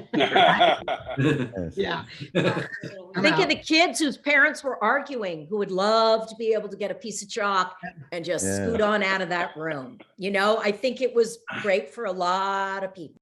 I think that's also why that, when you guys were talking about the music and the techno underbeat, Rudy was on the run, like constantly running. Rudy, I don't think he ever stopped running. So I think, John, you mentioned he like drew the stairs and all that stuff, and just whatever, no matter where he was running to the circle, or, in that world he was running around. Snap was always like, oh my God, like this is over here. And it was, you guys are just going and going and going. So it just made the music so fun and different. There was no formulaic sound to it, except for that underlying techno drive. But really the songs, like, they were all different, and they were just sort of like coming out of here or there, and whatever the mood was, it was a really, really wild ride. So it's fun. Well, and I mean, talk about a show without limits. I mean, there are so many shows where the very premise is limiting, and this is the opposite of that. And, again, for one of my very first shows to work on as a kid who draws, a show about a kid who draws, it's just it felt indulgent. That's why I say I really, at the time that I got hired, I really probably would have done it for free. It was just, and I think Carlos would probably back me up on this. Everyone who draws will say that's really the fantasy, is being able to have your drawings come to life, or being able to escape in your drawings, because goodness knows they were an escape for me. Right. Moving on, I'd like to start the Q&A section with the audience here. So I'm going to ask the audience just a couple little basic ground rules just to help us out a little bit. First thing I'm going to suggest is just a big suggestion rather than just dropping questions into chat. Make sure you direct them. That way they go to the right person. It will definitely help us out quite a lot. And so that being said, if you have any questions for the cast of ChalkZone, leave them in the chat below. Or crew. On Zoom, I should say, below. This isn't YouTube. Wrong site. There has been so many comments in the chat. I don't know. I've been watching them the whole time. I don't know if you guys have been able to see them, but they're pretty amazing. They get excited by each one of you individually. And then you start talking about your little stories, and then everybody's saying, oh my God, I remember that. And I wonder what's going on here. I wonder what's going on. These comments have been phenomenal. So the first question I've received, so this is the question for Candi and EG. What were your favorite songs to record for ChalkZone? Do you have any particular favorite? Escucha mi corazón in ChalkZone. That's my favorite. That's one enough that I record, but that's my favorite. Yeah. I mean, what was it? Merry Chrysanthemums. That was great, but Escucha mi corazón was just brilliant.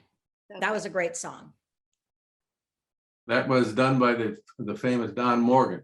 That was his contribution to really. Yeah, it's a great song. The one that did that. So a general question for anybody who would like to answer. This is probably a Bill or Larry question, if I had to guess. How did Rudy find the magic chalk in the real world? How did it get there? This is a question for us? I believe so. You're the creators. It was in the How first did it get episode. there? That is a mystical question right there. It arises from that box. Yeah, it of was in that cards. box, but Bill and I had talked about the fact that the chalk is the Excalibur, and Rudy has been chosen to have it. It wasn't arbitrary, and that's and we had lots and lots of stuff running around that theme that we hope to progress towards later on in the shows. Moving on. So for Bill, how hard was it to get a song approved for the show? Wasn't hard. They were working with me, and it had to. We were moving at such a breakneck pace that unless there was something really horrible about the song or something that somebody thought was inappropriate for some reason, I would say yes to everything. I just sort of I had to write a song a week and get it together so that it could be storyboarded and recorded and all that stuff. It was amazing. That song, I need a song I can sing to make it through the day, was my actual anxiety. I needed a song. What the heck is it gonna make? It would be pop, rock, flip, hip hop, country, R&B, anything that swings can't be wrong. I need a song. I was actually singing to myself. I want to say, as an executive, I've never had any other creators come into my office with their kazoo or their Casio keyboard or their little guitar, banjo or whatever it be. They'll always have this assortment of strange instruments and just start singing and twirling things around and be like, I got a song. And it's pretty cool. So, do it, go away, do it, yeah. To the rest of to everybody, to the cast and the crew, what were your favorite episodes to work on? What was your particular favorite? Howdy Rudy. For a lot of different reasons. Howdy Rudy himself, right there. You got the voice, Howdy Rudy. That was it was one of again, I had to constantly distract Bill and Larry from the fact that I didn't really know what I was doing.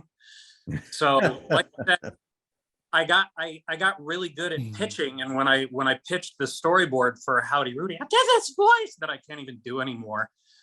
That got laughs when I pitched it, and so because Fred and Larry had been kind enough to let me sort of weasel my way into the Screen Actors Guild for my own Oh Yeah cartoon short. I was already in the guild, so they were like, yeah, okay, you can be Howdy Rudy. It was one of those things where it's like I had to. The better I sold my storyboards, the fewer revisions they were, and that's what I was really trying to avoid.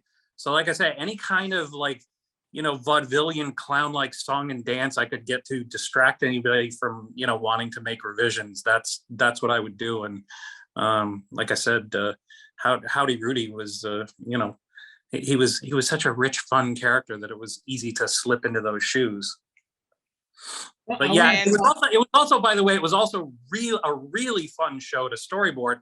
And by the way, Mr. Wilter on that show, I feel like was a very reasonable fellow in that episode, and I liked that about him. I feel like we got to see different sides of all the characters in that show. And one of my and I did love doing every single episode that I did, but man, when Snap looks at the camera and says, because Howdy Rudy has just been licked to death by a dog, and Snap looks straight into camera, and man, you nailed this, just as deadpan as can be, goes, that's the most horrible thing I've ever seen. To me that was a career milestone. It felt wonderful.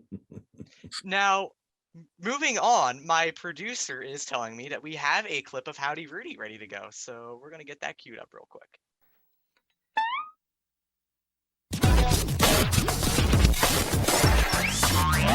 Hello, Chester A. Arthur Elementary!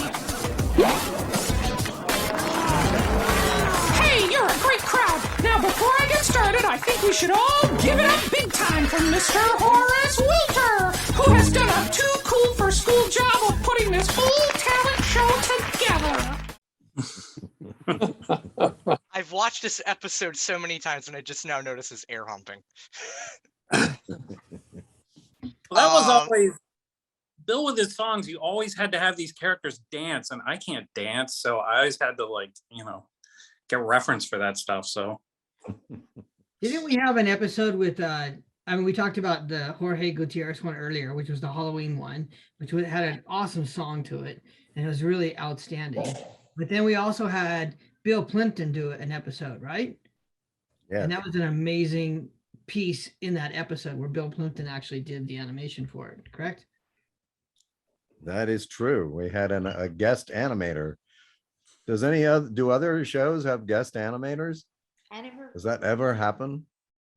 That we bring in an indie animator to do like several scenes of a We did it 10 years later on Adventure Time, Bill. I didn't. I mean, Penn brought in a CG animator, a claymation animator, but you guys were the first.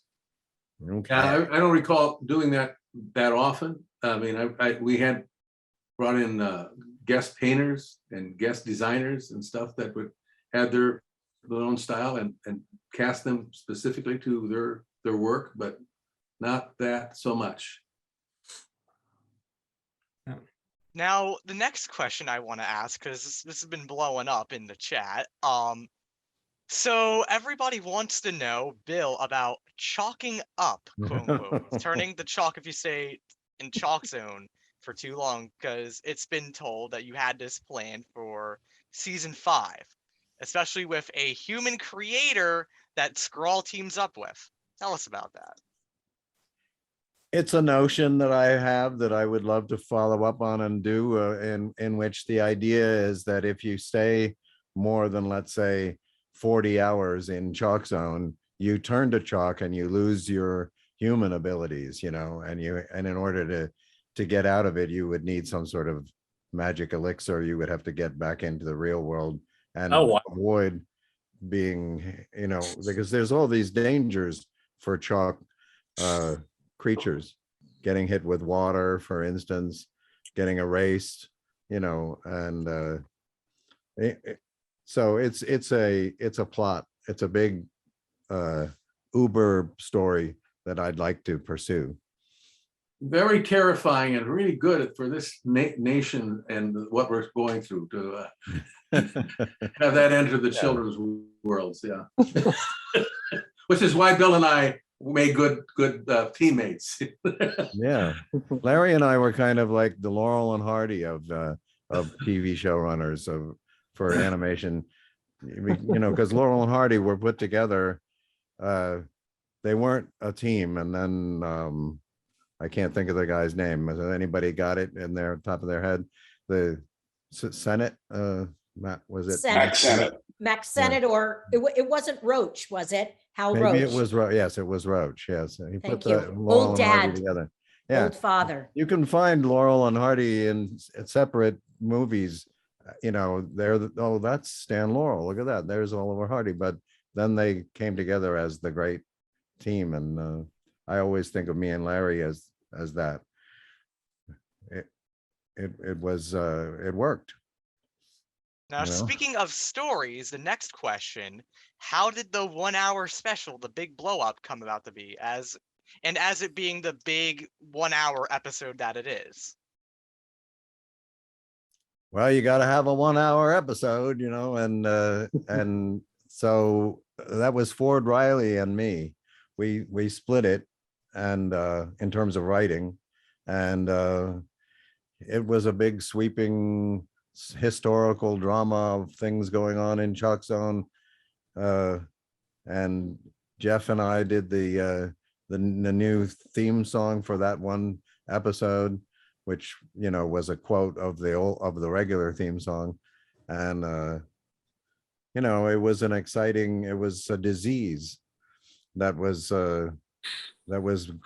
being brought on by bats that had been kept in a cave Right. If these bats bit you, you would start to blow up. Like You know? COVID. Never mind. Yes, exactly. It was You were ahead of prescient. your time. Yeah. Good way to Yeah. refer to it. Now I'm trying to go through the Hey chat. guys, I'm gonna have to jump off because I have a session that I just got at Hey, 7. G. Great to see. Great to see It you, was great to EG. see Good to you. see Thank you. you again. Yeah, hope we get to Thank do you this again, again. EG. Mwah. Thank you. Having me. It's nice to see everyone. Bill. Bye. Bill. Bye bye. Bye, Dr. EG. Daly, thank you so much. Yeah. Come find me on Instagram at Real EG Daily. Let's get together and have coffee sometime. I'd love to. Or something stronger. Okay, bye. Bye bye. EG Daily, everybody. Yeah. EG Daily. Now, the next question, so for anyone in the ChalkZone crew, recently, not too long ago, there was a clip of ChalkZone on Robot Chicken. Has anybody seen that clip? It's been a really popular clip. Oh, I have not. No. I would. wow. Yeah. Part of a write-up. Show, but we don't have it on hand. Damn it.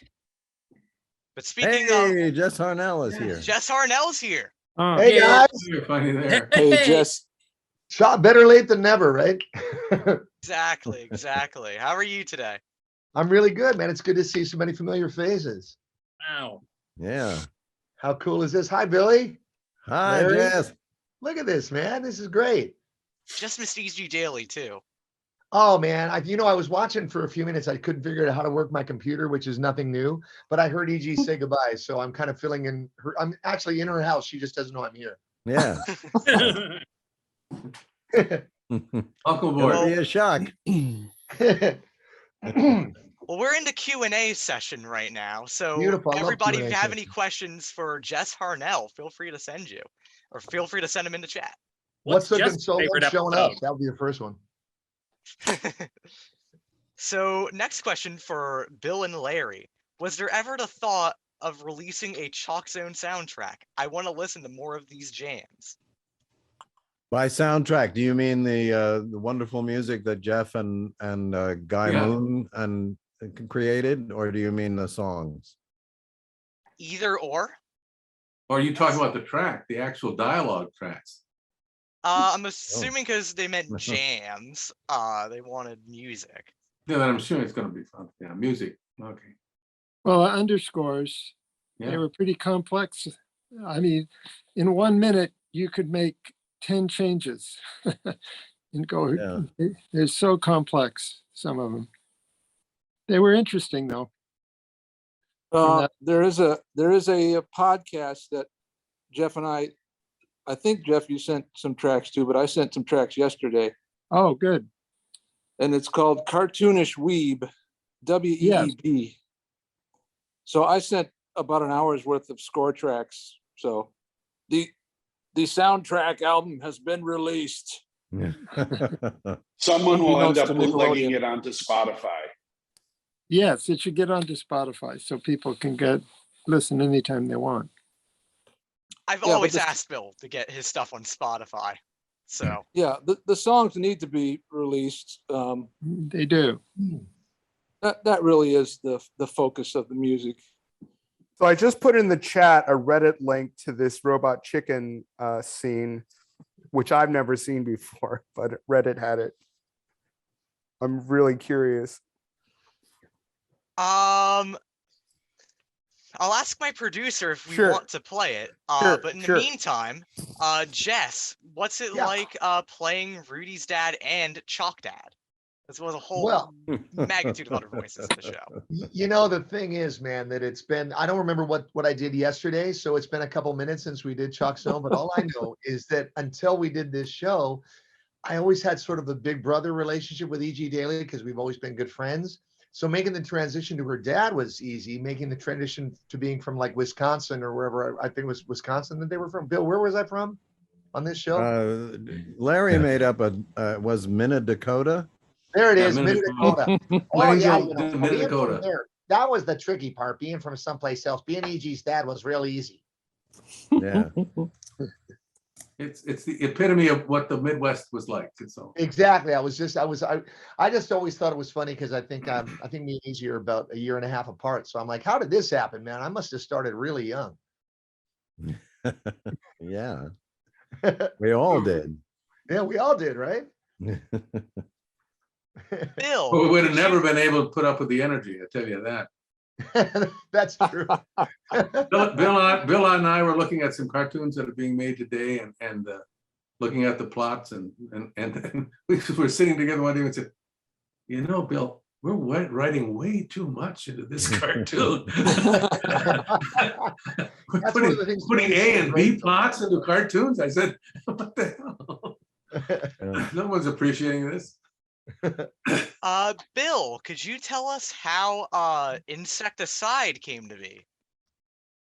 That was a song I wrote and performed prior to ChalkZone even existing, and then I thought, oh well, this would make a great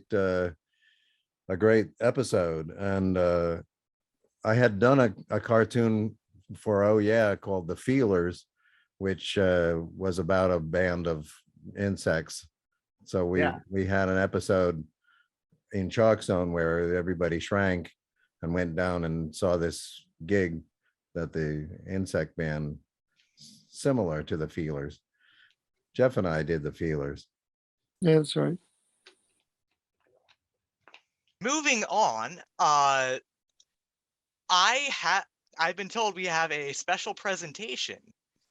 There's been a fan art collab going around where someone basically asked a bunch of artists to draw an individual ChalkZone character and put it all together. And I've been told that we're showing it today here. So cool. We're going to queue it up for everybody to see the ChalkZone 20th anniversary art collab. Wow. Oh, wow. Whoa. That's awesome. Wow. Very cool. Guys, Very I'm awesome. sorry, but these are really off model. I we're talking to all these people. Pat Ventura there. Special shout out to everybody who's worked on this, because I personally wasn't a part of it, but everybody that has been, they've done some amazing stuff. You have to agree with me. And by the way, it's all way more on model than anything I've ever done. By leaps and bounds. Although I've noticed a lack of real world characters besides Rudy and Penny, but hey, take what you get, you know what I mean? I'm not one to judge. Well, it is called ChalkZone. True. I will say that back when we were trying to come up with a style, at least a way to put it on paper, the way we figured it out initially on the first season was to take a piece of, we went to an art store and found this stuff that looked like vomit paper. It was this textured, grainy, it was weirder than sandpaper because we'd gone through a lot of paper textures, but it was this, we just called it vomit board. And you literally could put a piece of paper on it and draw with a pencil like a thick line, and it would give you that crunchy look. And overseas had a real hard time trying to replicate our weird arts and crafts style. So any kids at home that want to draw proper ChalkZone art, you got to get that crinkly paper. Eventually, Or just bring gravel. Now, moving on, Bill, I was told we're coming to the end of our little show here, but Bill, you've told me that there's something you want to show off to the world. You want to tell us about it? I'm not quite ready to show. I'm developing a YouTube channel, but I'm not ready to go into it except to say, watch this space. You know, it's going to be funny. No doubt. That's the elevator pitch, as we call it. We got to make people still wonder. So to make people wonder, build up the hype, as everybody says. Hey, I'd like to pitch something that I just did that might be of interest to people. It's pretty historical. I had a hit record in 1968 with a band called People, and we just released a new album called The Return of People. That's all I'll say. Fantastic. Very cool. But it's like retro contemporary. So you put you in the 60s to some degree. Fabulous. Cool. Now, you can continue.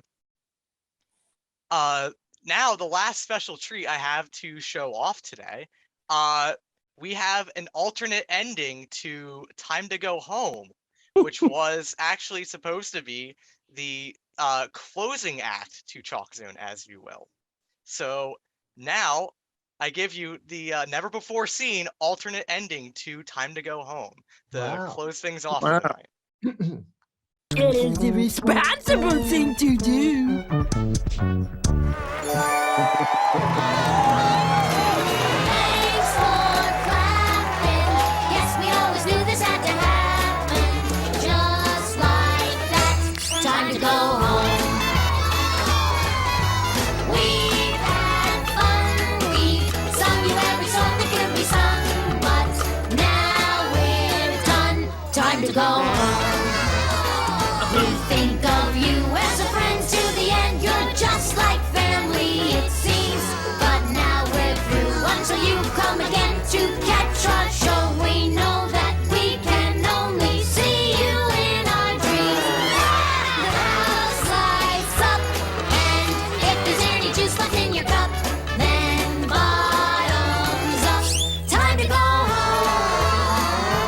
Time to go home. Time to go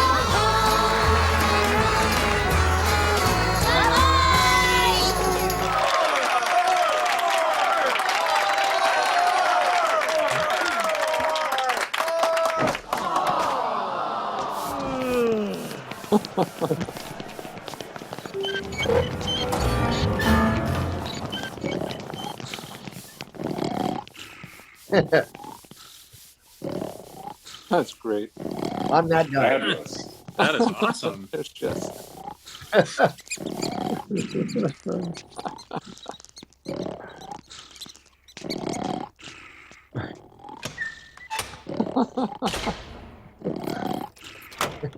Yay. Yay. Who did that That's voice awesome. anyway, Fred? For the Frederator logo. Hmm. Who was that? Thank you. Sorry? Who was that who did the Frederator voice at the end? Of all You your know, shows? we've been trying to figure it out for 20 years. It's Candy. It was an intern of the guy who did the sound. Oh, it isn't Candy going, "Roar!" No. Yeah, but not Frederator. It is me going rawr, but it's not. When he does the logo, it says Frederator. Yeah. So I guess Oh. it's an intern. That was an intern in Brooklyn. Of course. Speaking of the end of the show, it's that time, unfortunately. Anybody have any closing thoughts? Thank you. Yes. That's Yeah, my thanks closing. so much, Yes. guys. Thank you for doing Put this this. all together. Thank all of you. Yeah. Great This to is, see everyone again. Thank This you, really fans. great. So nice to see you all. My goodness. Larry, my goodness, I can't tell you how much I miss you. Yeah, I can't believe that either. That's what I miss about you. It's great seeing all of you guys. Thank you for putting Yeah, this really. together. Thank you for the fan response. My goodness, I'm just this just great. warmed this old cartoonist's heart. Thank you for promoting it too, by the way. You went like ham on it. Absolutely crazy on it. I'm shameless. But I'm happy. Again, it's to distract you. Are you back at Kalamazoo? No, I'm in lovely North Carolina now. Ah, I see. A more obscure place. Okay. I'm a very, very much so. I'm a dad. Like I've nested. Okay, well, nesting is good. I did a whole ChalkZone during my nesting period. So